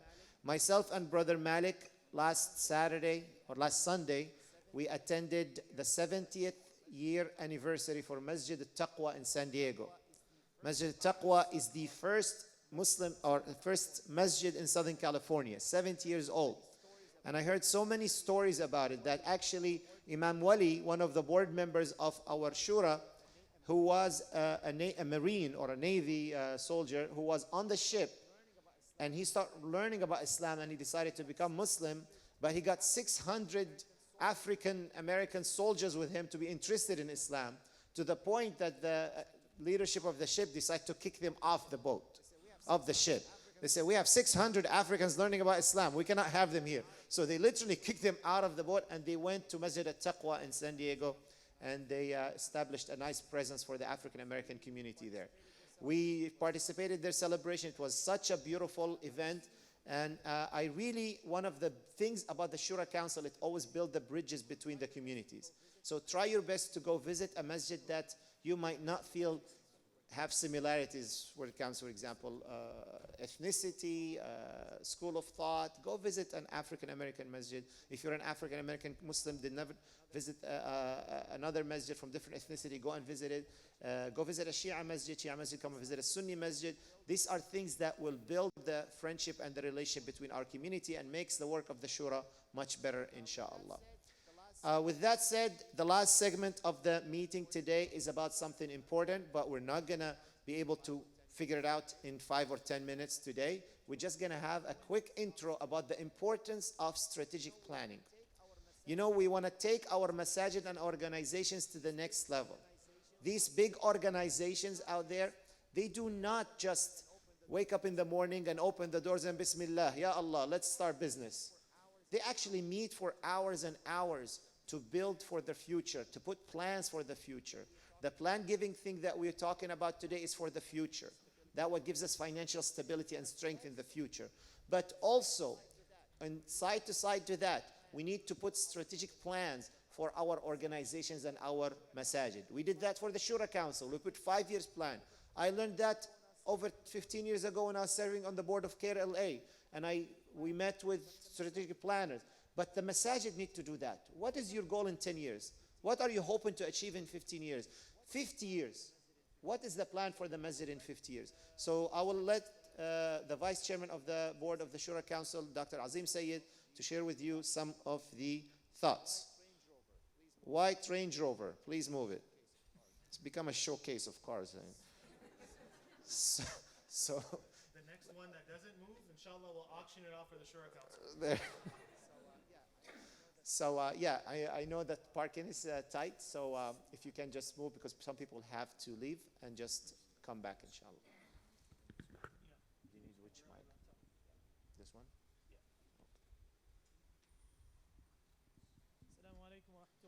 Assalamu alaikum wa rahmatullahi wa barakatuh. Again, it's an opportunity of immense honor and privilege for me to talk to you.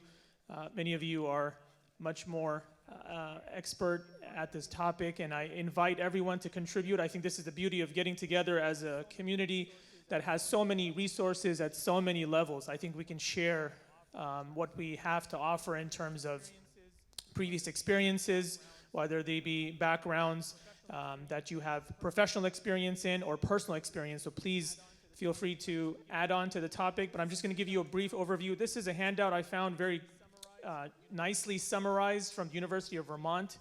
It is something that's available for download on the internet.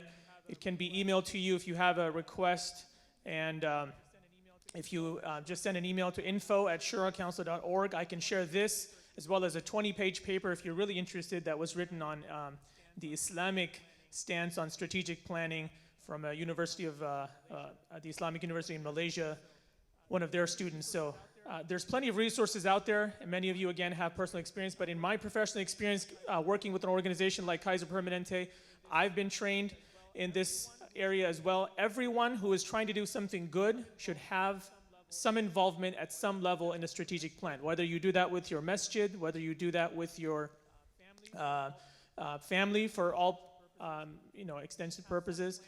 you should have some plan. Now, strategic planning has steps, and what we've done here in this handout, I think what they've done here is summarize beautifully some of the key factors. So we'll segue into a new area we're now looking into the Shura Council for, which is, again, forward thinking, and I'll let Brother Waqas Sayyid, our secretary, talk about that. But just to summarize what's here, strategic planning is something you start planning for the plan. It's a plan that you have to have a plan in place for. That's why the first paragraph lists a 3 to 5 year timeline. Give yourself something you want to start off.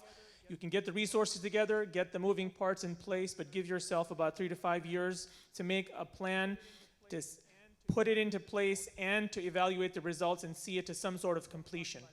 Dr. Soba talked about a 10-year plan, but you should probably start with the short term and you can move into the long term.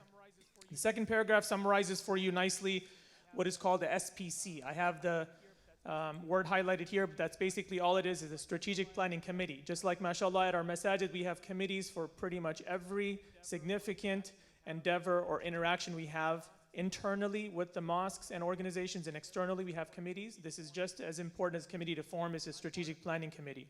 I'm part of the Institute of Knowledge Strategic Planning Committee. We have several meetings to think not only about where we're at, where we want to go, but also how do we get there? How do we collaborate? How do we mobilize the resources we have? How do we obtain the resources we don't have to keep moving forward? The third kind of major thing that this handout talks about is a two-step process to strategic planning. The first that it highlights towards the end of the paragraph here is to think about where you're at currently.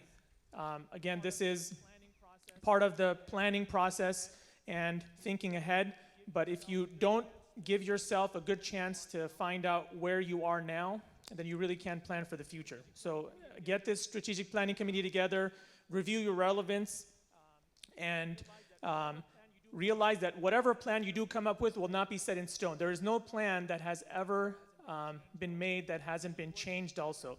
The key word in this paragraph, if you can pick it up, is it's iterative, meaning it will go through different variations. And those are the best plans that can change and adapt with time. If you have a plan that is not constantly moving because of influences and external factors, that will not be something that is well built for the long term. The second activity that many masajid here have very good opportunities to contribute towards is the historical perspective. We mentioned there are masajid here that are 50, 60, 70 years old. It's important to know not only where you're at, but what the second step talks about, where you came from, because that will define where you want to go, and that will define your identity and a concept and a vision that you have. And that's why the second step involves things to the nature of mission, very top second line here, mission, vision, values, and beliefs. Those are important things to come up with. Basically, what is something you want people to think about when your organization is mentioned? What is the first thing that comes to mind? That is a concept that will be your vision. Mission is basically what you stand for as an organization. What is your purpose? And then the objectives are the goals you want to get to. The values and beliefs will shape those objectives, and the strategic plan is how you want to get there. But the other key, I think, abbreviation we want to point out here, actually we'll get to the abbreviation in just a second, but 5 things to think about. Again, I highlighted those for you. Mission, why does the organization exist? Why are you, in the community in the first place? What is that thing that you have to offer that may be something everyone else is offering, or maybe completely different, or again, it may be something completely unique, or something that everyone else is also doing. What is the reason for your being? How will your community be changed? That is your vision and made better by what you have done. What core principles should guide your organization as the values and beliefs? And then this is what I was referring to. It's always good to have SMART goals. It's appropriately titled SMART goals because the acronym SMART spells out what type of goals you should have. Whatever goal you come up with in this committee should be specific, very focused on what you want to do. They should be measurable. You have to figure out how you want to get there. They should be achievable, practical, realistic for the R, and timely, meaning it's something that you need to address at that particular situation and time and place. And then the strategic planning committee is probably best not done over a weekend or a coffee shop. We've had our retreat that was almost a 6 to 8 hour retreat off-site. So best strategic planning for organizations is done when you are dedicating your time to step away from what you're doing and really think high level. That's why you can come up with what's called a SWOT analysis here. The SWOT stands for strengths, weaknesses, opportunities, and threats. The first two are something you need to think about from within the organization, strengths and weaknesses. Opportunities and threats are from outside the organization, but you really have to come to terms with where it is that your weaknesses and strengths lie within yourself and outside the organization. And finally, these are some factors you should consider on the very last page here. Facilities, do we have the premises? Do we have the actual physical space to do this? If you have a goal or a plan that you're strategically planning toward, how are we going to get other people on board to team with us and partner with us? This is external relations. Internal operations is always a key area of focus. Everyone needs to really have a good grip on how things are run in the organization if you really want to extend those services outside. Budgeting, revenue, this is the bottom line for many programs. That should be a very key area of focus is, are you fiscally sound? If you intend to do something, do you have the proper financial stability to get there? The last thing is programs and governance. Again, it's great to come up with ideas, but if you don't have any oversight, then you really can't see them to complete execution. Lastly, again, strategic thinking involves a lot of thinking outside the box. You can invite consultants to your organization, but really, if you want to push your organization forward and make it grow even in more areas and more levels, then please, by all means, give yourself some time, make yourselves flexible and available, and make an operational plan by thinking ahead. So again, I can share this handout with you as some of the other resources. There's actually a whole book written on strategic planning for Islamic organizations by Dr. Rafiq Bikun from the University of Nevada. He is a professor of social science. He has written over decades. He has decades of experience. You can find the book on Amazon. It's an older copy. It's published several years ago. But if you look up strategic planning for Islamic organizations, you can find a book that you can incorporate. You can invite a speaker that you know is a content expert. And I think as long as you're moving in that direction, you can kind of think ahead. You know, the Prophet ﷺ, he's called Ahlam al-Nas. He's not only the most forbearing of people, but one of the Arabic connotations of the word hilm is if you change slightly the syllables on it and you say hulm. Hulm is actually a word for dreams. The Prophet was actually a dreamer. He thought ahead. He thought what he wanted his community to work towards. He had these visions of how far Islam would spread, how his community and ummah would be, but he was a forward-thinking and forward-acting individual.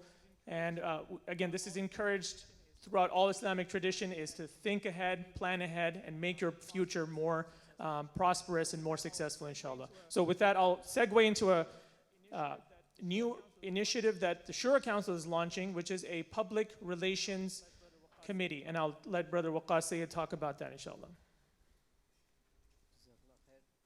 Jazakallah khair, Dr. Azim. So as you've heard a lot of times said in these meetings, that Shura Council is the voice of all Muslims. So one of the things that we need to consider or we need to think about is a voice for what? A voice where? And that is a voice in the media, a voice in interfaith groups, a voice with elected officials, a voice with law enforcement. And there are so many other entities in our society, in our community, in our public sphere, where Muslims need to be represented. And over the last 25 years, Shura Council has been playing an important role. There have been volunteers, there have been boards, chairmen who have been representing Shura Council, but not in a formal, structured way. So the board, alhamdulillah, recently formed the Public Relations Department of the Shura Council of Southern California. We haven't appointed anyone. We would like to get your feedback. This is the department that will have two divisions, a governmental division and an interfaith division. So depending on the different areas. And the people who will be appointed here do not have to be on the board. They do not have to represent organizations. They could be individuals, they could be activists, they could be young people, they could be anyone who has an interest in representing Muslims. They will be guided, they will be mentored, they will be trained, and it's a very long process. This is not something that will end in a few months, as a short project or something like that. So the reason why we would like to bring this matter to the general body today here is to request nominations from you. This is the first place we want to go to get the names. You can send them to anyone on the board. You can send them to me. We can, inshallah, get those nominations and then form a formal committee or a formal department with a head and members who will take this effort moving forward, inshallah. Jazakallah khair.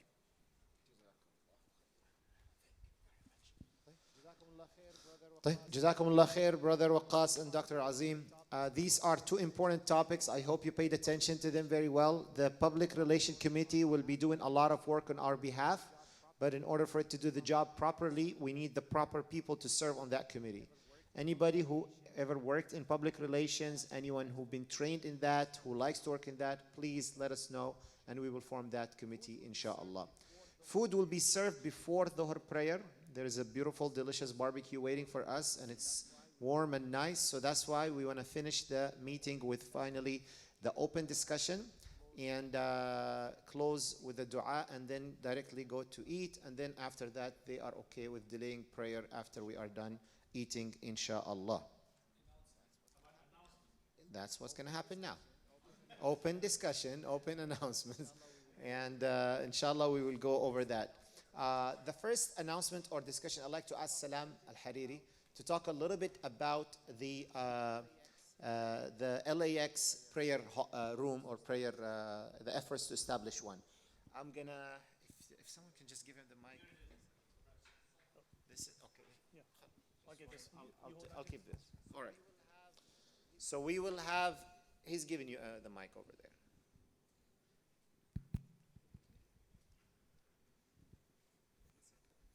Okay, Yusuf, can I trust you with this one? Just leave it for this side. That one. Assalamu alaikum. Thank you, Dr. Sabah. Very nice of you. My name is Salam. I represent IECOC. Dr. Said Mustafa Kazwini sent his greeting to everybody. Thank you for having us. Wonderful meeting. Like Dr. Sabah mentioned earlier, there is a lot of interest from all our community to have a prayer room in LAX.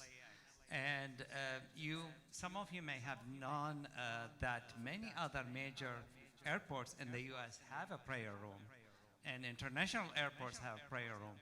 Many people have attempted to get that done in previous years, unfortunately didn't go through. So with the blessing of Allah and the support of Shura Council, Shia Muslim Council, CARE, Impact, many other organizations, ICNA, and we have been working on a campaign. I've been sending emails after emails directly approaching the LA mayor and his office, and alhamdulillah connected with very important people in the city of Los Angeles.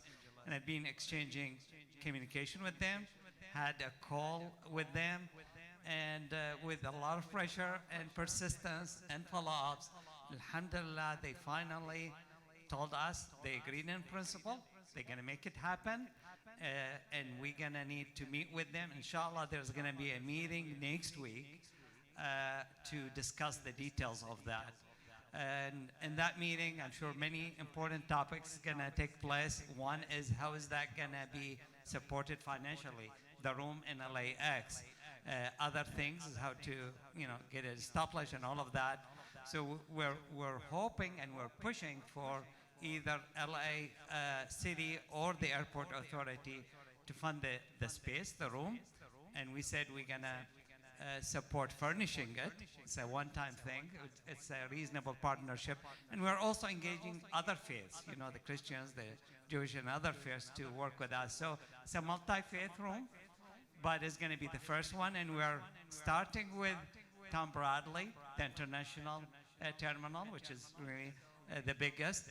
So inshallah, I would ask for all your prayers. If anybody have a strong connection in the LAX, we'd love to hear from you. But we ask your prayers, and thank you so much. Jazakallah khair. Thank you very much, Brother Salam. So the way we're going to do it, this is just a special announcement. That's not like a normal announcement or discussion, because this is pertaining to all of us. But we wanted Salam to talk about it because he was leading the efforts in doing that. Literally, if I was the LA mayor, I'll be going crazy from Salam's emails. Like sending email after email, but it works. That's how it works. You don't lose hope. You don't get frustrated that they don't respond. But eventually, they will tell you, let's sit down and meet and see how we're going to do this. So thank you very much on behalf of everybody. We will continue, inshallah. So unfortunately, we'll be traveling. You won't be attending with us the meeting this Wednesday. But we will definitely be speaking on your behalf and continue the effort. When you come back, inshallah, we'll resume the work and we'll do that as well. So right now, we're going to do it very quickly because we don't want to take a lot of time and get the food cold. So if you do have an announcement, we're going to start from the right side, talk for maybe 30 seconds, 45 seconds, and then pass the mic to the person next to you. If you don't have any announcement to say, just say pass. You don't have to say anything. We love you. We love to hear your voice, but if you don't have to say anything, don't say it.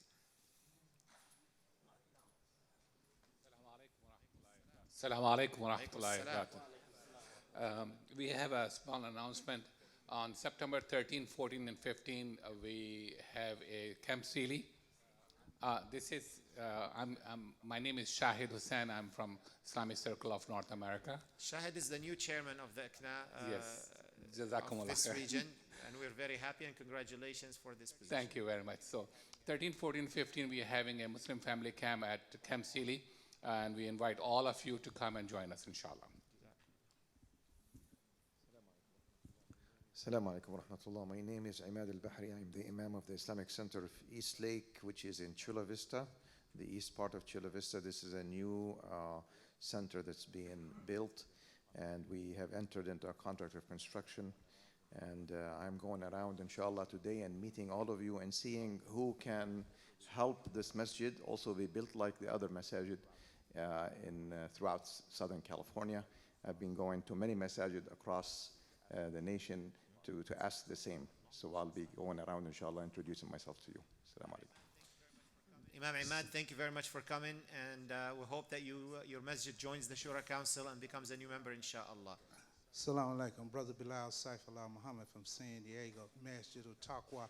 I want to thank Dr. Saber and Brother Malik for attending our 70th anniversary last Saturday. Assalamu alaikum. It was beautiful, by the way. Very well done, very well organized, great speeches. Jazakumullah khair. Assalamu alaikum wa rahmatullahi wa barakatuh.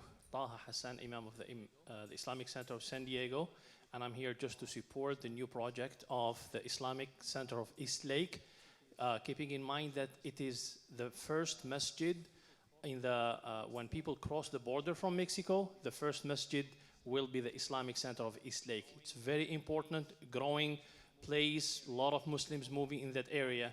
So hopefully, inshallah, we will have as many masajid as possible supporting and helping. Jazakumullah khair. Assalamu alaikum. My name is Muttalib Qurban. I'm from Uyghur LA, Uyghur Association of the Los Angeles. As you know, we have like 3 million Uyghur Muslims in Chinese concentration camps, and they tortured and killed just because they believe La ilaha illallah. So as an organization, we're trying to bring awareness and teach people about the issue. So I would like to request each organization allow us come to your organization messages, talk to the people and give them first-hand information. We already been visited a couple of organizations, and we also scheduled to be there, and it will be great if you also can support us, help us. Jazakallah. Thank you very much. On that note, Assalamu alaikum. I'm representing CARE today, as if as I'm always. Representing any other Just organization. one is and Exactly. Always CARE. We're hand in hand with the Uyghur Muslims of Southern California. if you would like to sign that petition, it is online on our website. Please, please, please, we urge you all to go ahead and sign that petition. You can find it on CARE LA's website. That will be sent to Congress, and we have flyers as well, alhamdulillah. That will be sent to Congress, inshallah. That way we are, as a whole, as the United States, condemning these vicious acts of the Chinese government, these malicious acts that they keep perpetuating against Uyghur Muslims. Not only that, but we also have a rally today, inshallah, from 1 to 4, if you can make it in 15 minutes, down by the Saudi consulate. We're going to be there along with Mass Greater LA to really condemn the atrocities, definitely condemn the violence and really what Saudi keeps doing to our scholarship. So inshallah, if you'd like to come on by and join us there, bi'idhnillah, we'll see you all, inshallah. Let's move it fast. Assalamu alaikum. I'm Fatima Faruqi with Helping Hand for Relief and Development. I just wanted to mention our upcoming events, inshallah. We have our Women's Empowerment Lunch for Women Only on July 14th. So if any women are interested, please reach out to me. I also want to announce that on August 25th, we have a Mashara charity tour. On September 14th, we have our Orange County annual banquet. And on November 2nd, we have our Inland Empire Comedy Charity Tour. So if you can come to our events, we really appreciate it. And if any of you would like to schedule a meeting about women's empowerment or anything, we would love to come and give a presentation at your masjid. Thank you very much. Assalamu alaikum.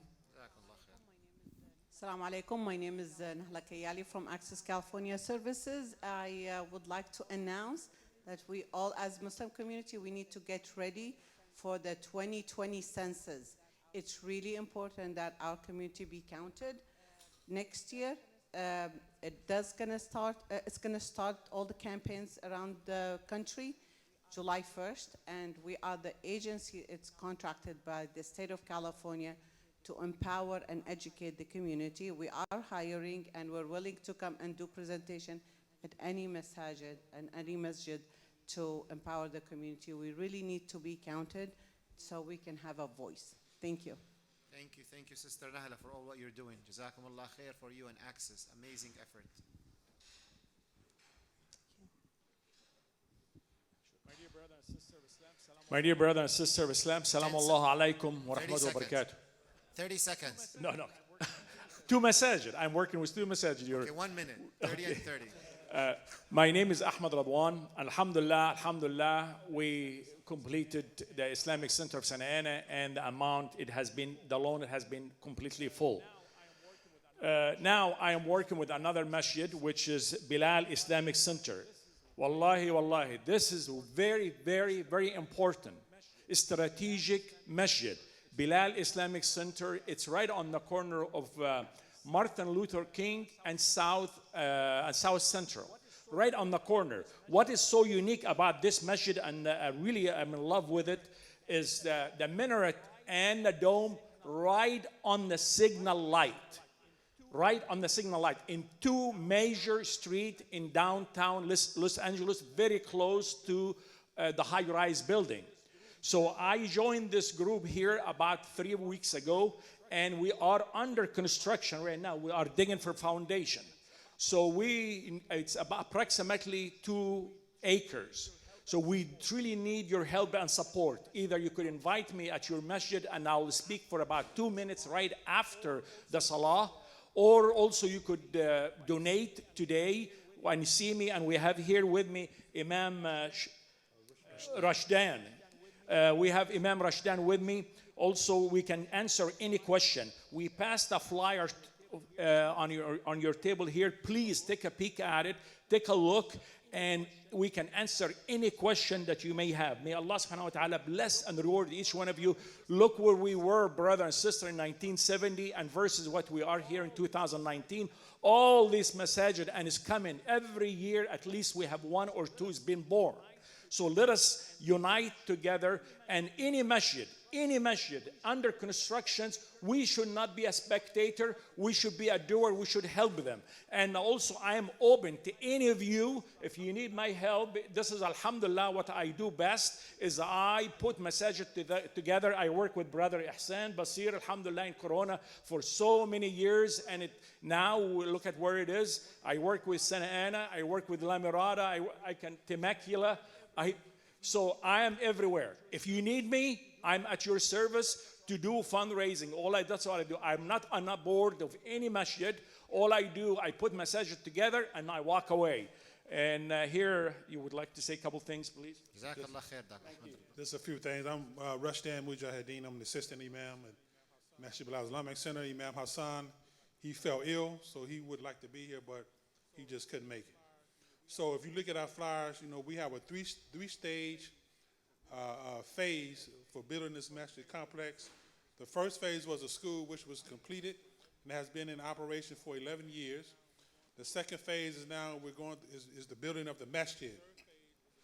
And the third phase is a community center, which will house a commercial kitchen, meeting space, classrooms, daycare, communications, and a computer lab. You should know this, very important, that this complex, almost 2 acres of land, is 100% owned by Muslims. There's no loans, there's no mortgage, so any donation that you give, it will go strictly 100% towards construction, not to pay off loans, not to pay salaries, but your money will go towards 100% construction of this project. So we look for your prayers and your money. Thank you. Okay, just give it to Ahsan.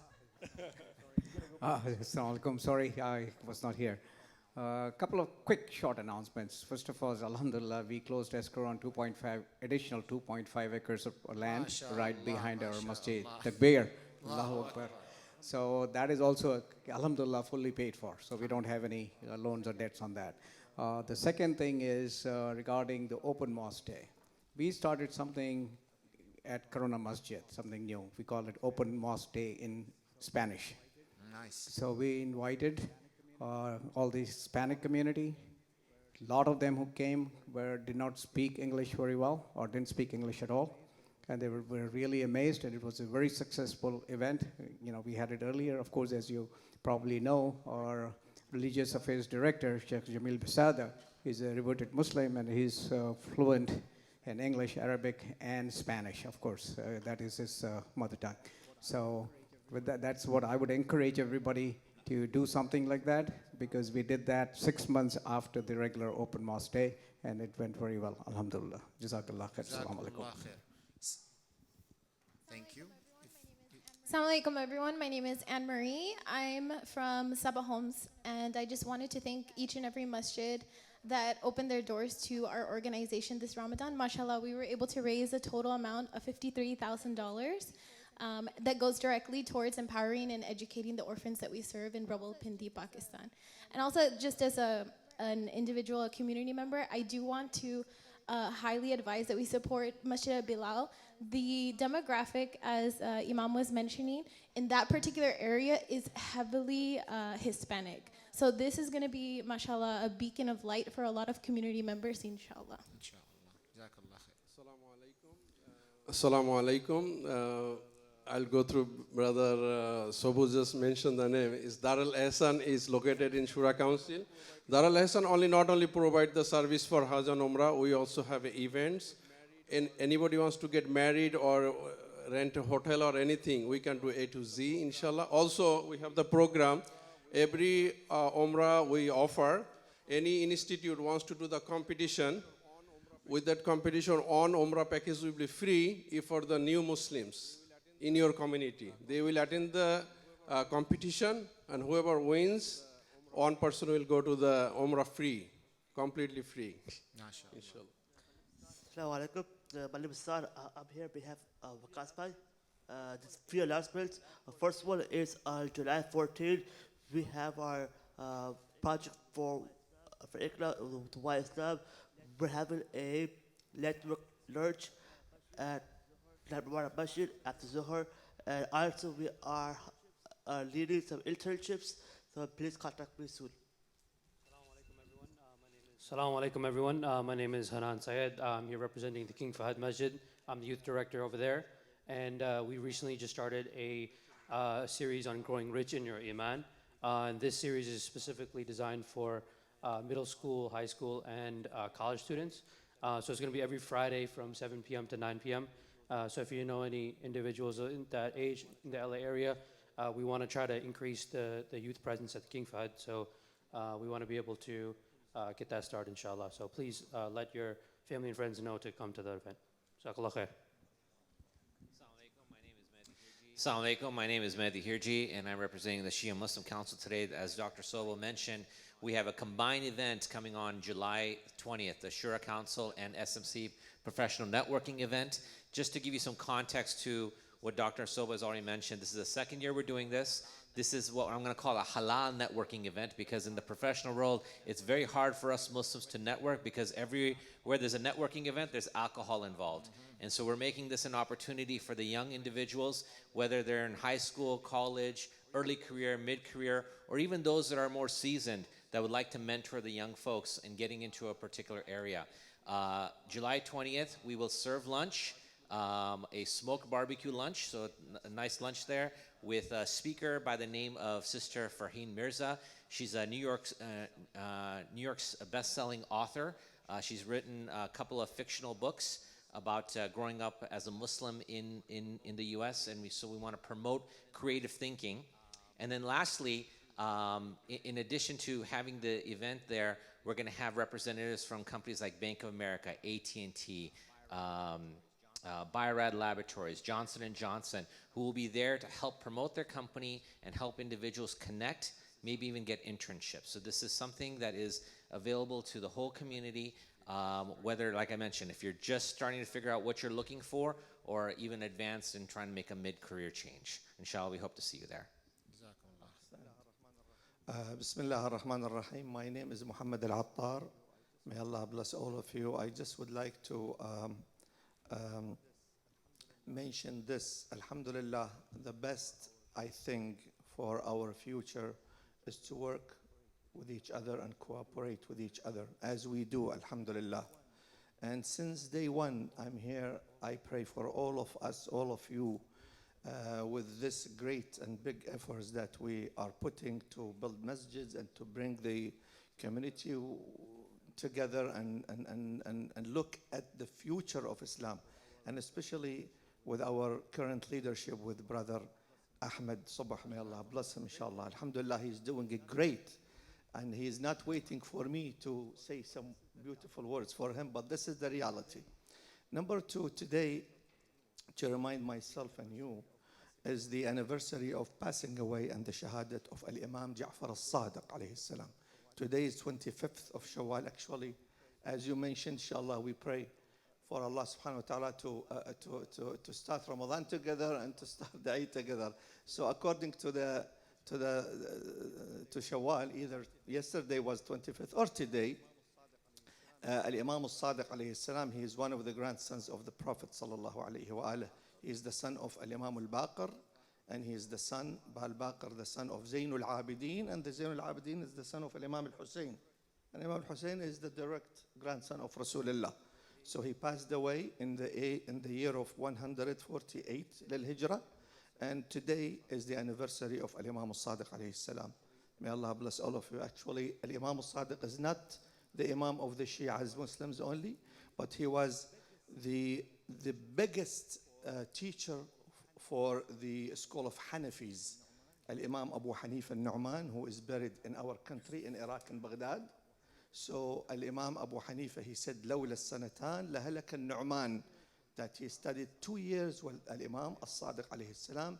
Al-Imam al-Sadiq alayhi salam was his teacher. May Allah bless all of you. Thank you very much. Assalamu alaikum, Talib Habab with Islamic Center of South Bay. Inshallah, I'll support Brother Salam Ali. I work for the city of Los Angeles. Inshallah. Assalamu alaikum.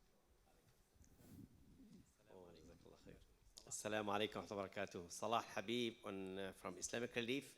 We just would like to extend our thanks and appreciation for your support during the month of Ramadan. Jazakumullah khair.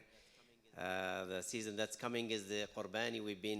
We started our campaign and we'd like to see more support, Jazakumullah khair, for the Muslims who are in desperate need. Some of these Muslims, and not only some, the majority of the Muslims that you share for the Qurbani and the Dhabiha, they never taste meat except the pieces of meat that you sent them once a year, just so that we expect, Jazakumullah khair, more of your support. Allah barak fikum. Assalamu alaikum. My name is Dawar, representing SCMCO. Alhamdulillah, we will have a very busy summer. We have 4 events. One is already date is decided, Joint Masjid Basketball Tournament. This is our 8th year. So I request all masajid to participate. Inshallah, we also starting table tennis summer league. So it will be start inshallah soon, in 2 weeks probably. And we will have inshallah golf tournament, Joint Masjid golf tournament, and inshallah the Joint Masjid picnic, but is under preparation. Jazakallah khair.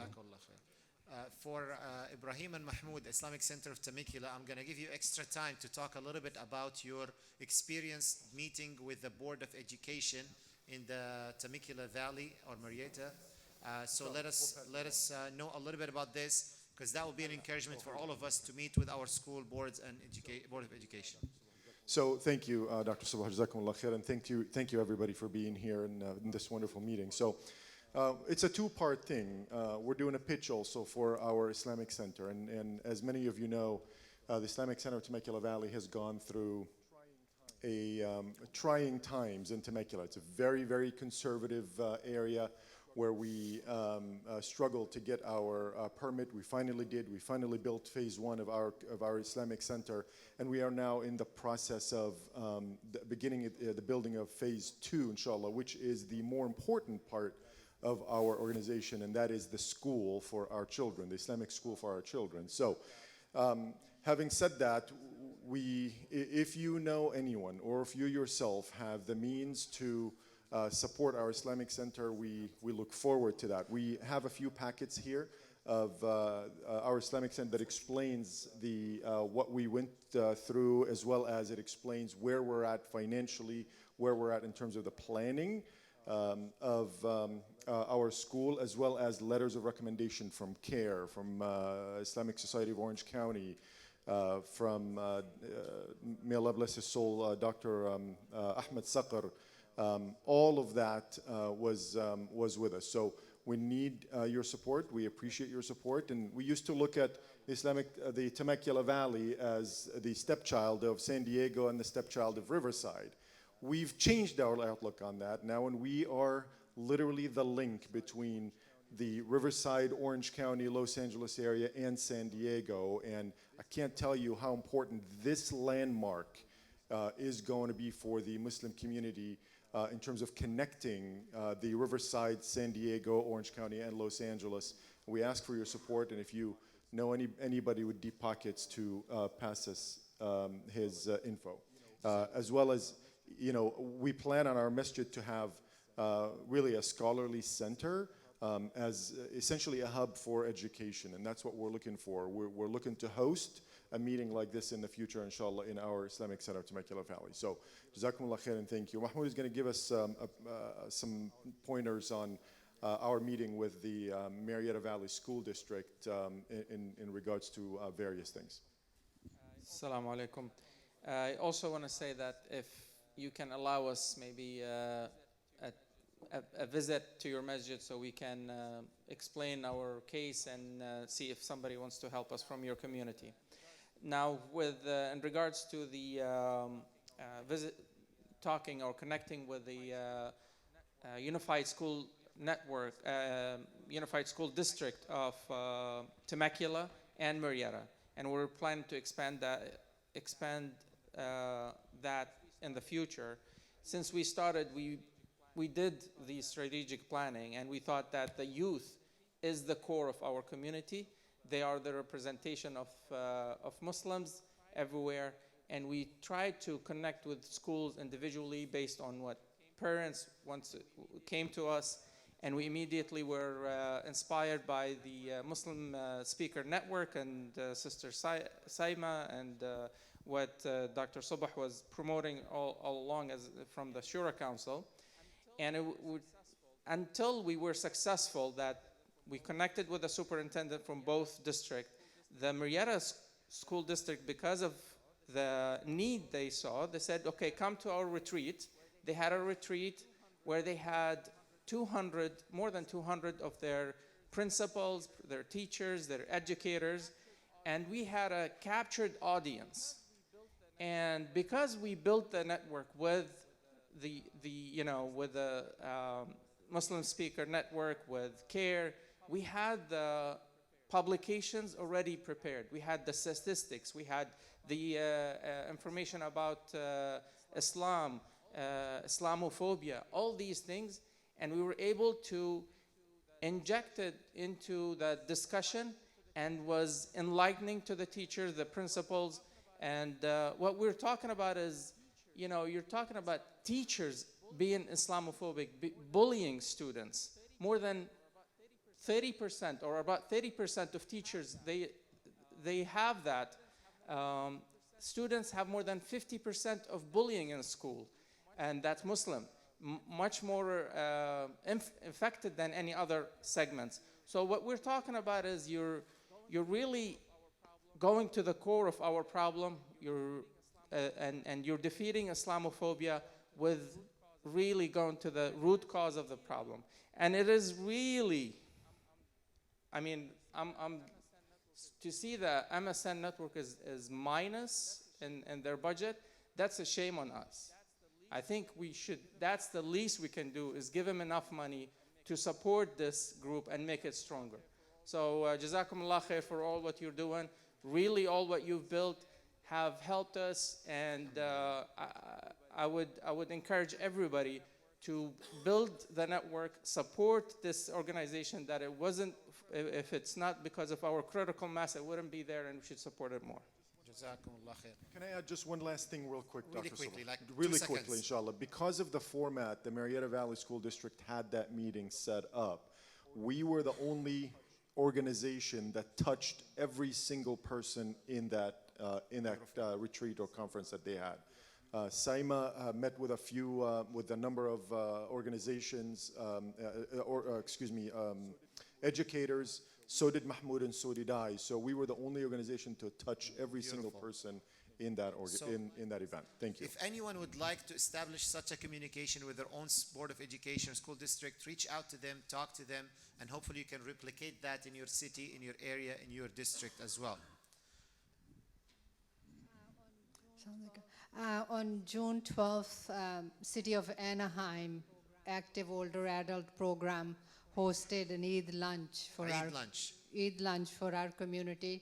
Olive Community Services and Access were partners, and Dr. Sabo, I want to thank you very much for a very enlightening keynote address there. The video of that event is available on the Olive website, olivecs.org, and also the summer programs for Olive are also now published and on the website, olivecs.org. Thank you. Thank you very much.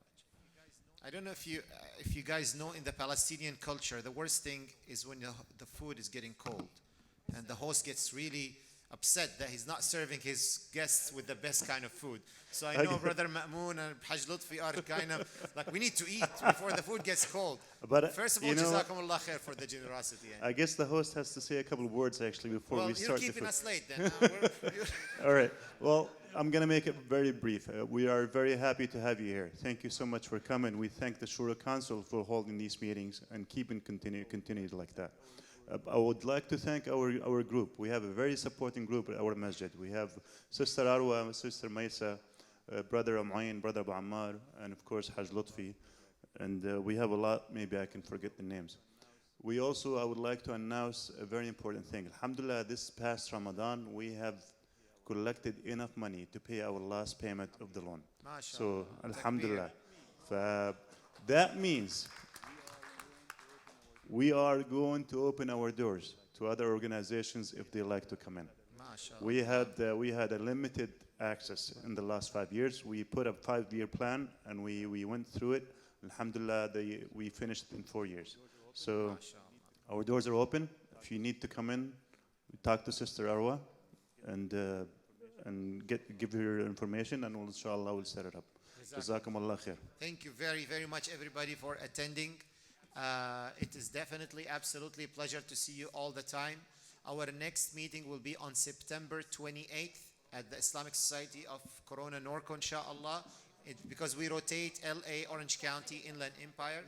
So we will all see you, inshallah, there. We will be passing Eid on that day, so before that. So Eid will be passed. The summer vacation will be gone. So we have a lot to talk about on that day, and we will be finalized preparation for the open mosque day. It will be 2 weeks after that. Subhanak Allahumma bihamdik. Please visit the booth outside for Salam Gallery with their beautiful artwork. If you buy some, you're supporting a Muslim initiative, inshallah. Thank you for the AV team for a great, successful preparation. سبحانك اللهم وبحمدك نشهد أن لا إله إلا أنت نستغفرك ونتوب إليك. We will have lunch first, and then after that we'll be praying, inshallah. So please go ahead, join us for lunch. Thank you, Hajj Lutfi. Thank you, Ma'moon, for a great hosting effort. It is over there. Where is the second microphone? It's right here. Can you pass the second microphone, please? Brother Yusuf, thank you for going around with the mic. Jazakallah khair. Thank you. As far as the food, you can do it 2 ways. You can put your shoes on and come back around and walk in with your shoes on in the back, or you can just go directly from here without shoes on. So the choice is yours. Either put your shoes on, come back around from the back door, or just go directly straight here without shoes. Jazakumullah khair.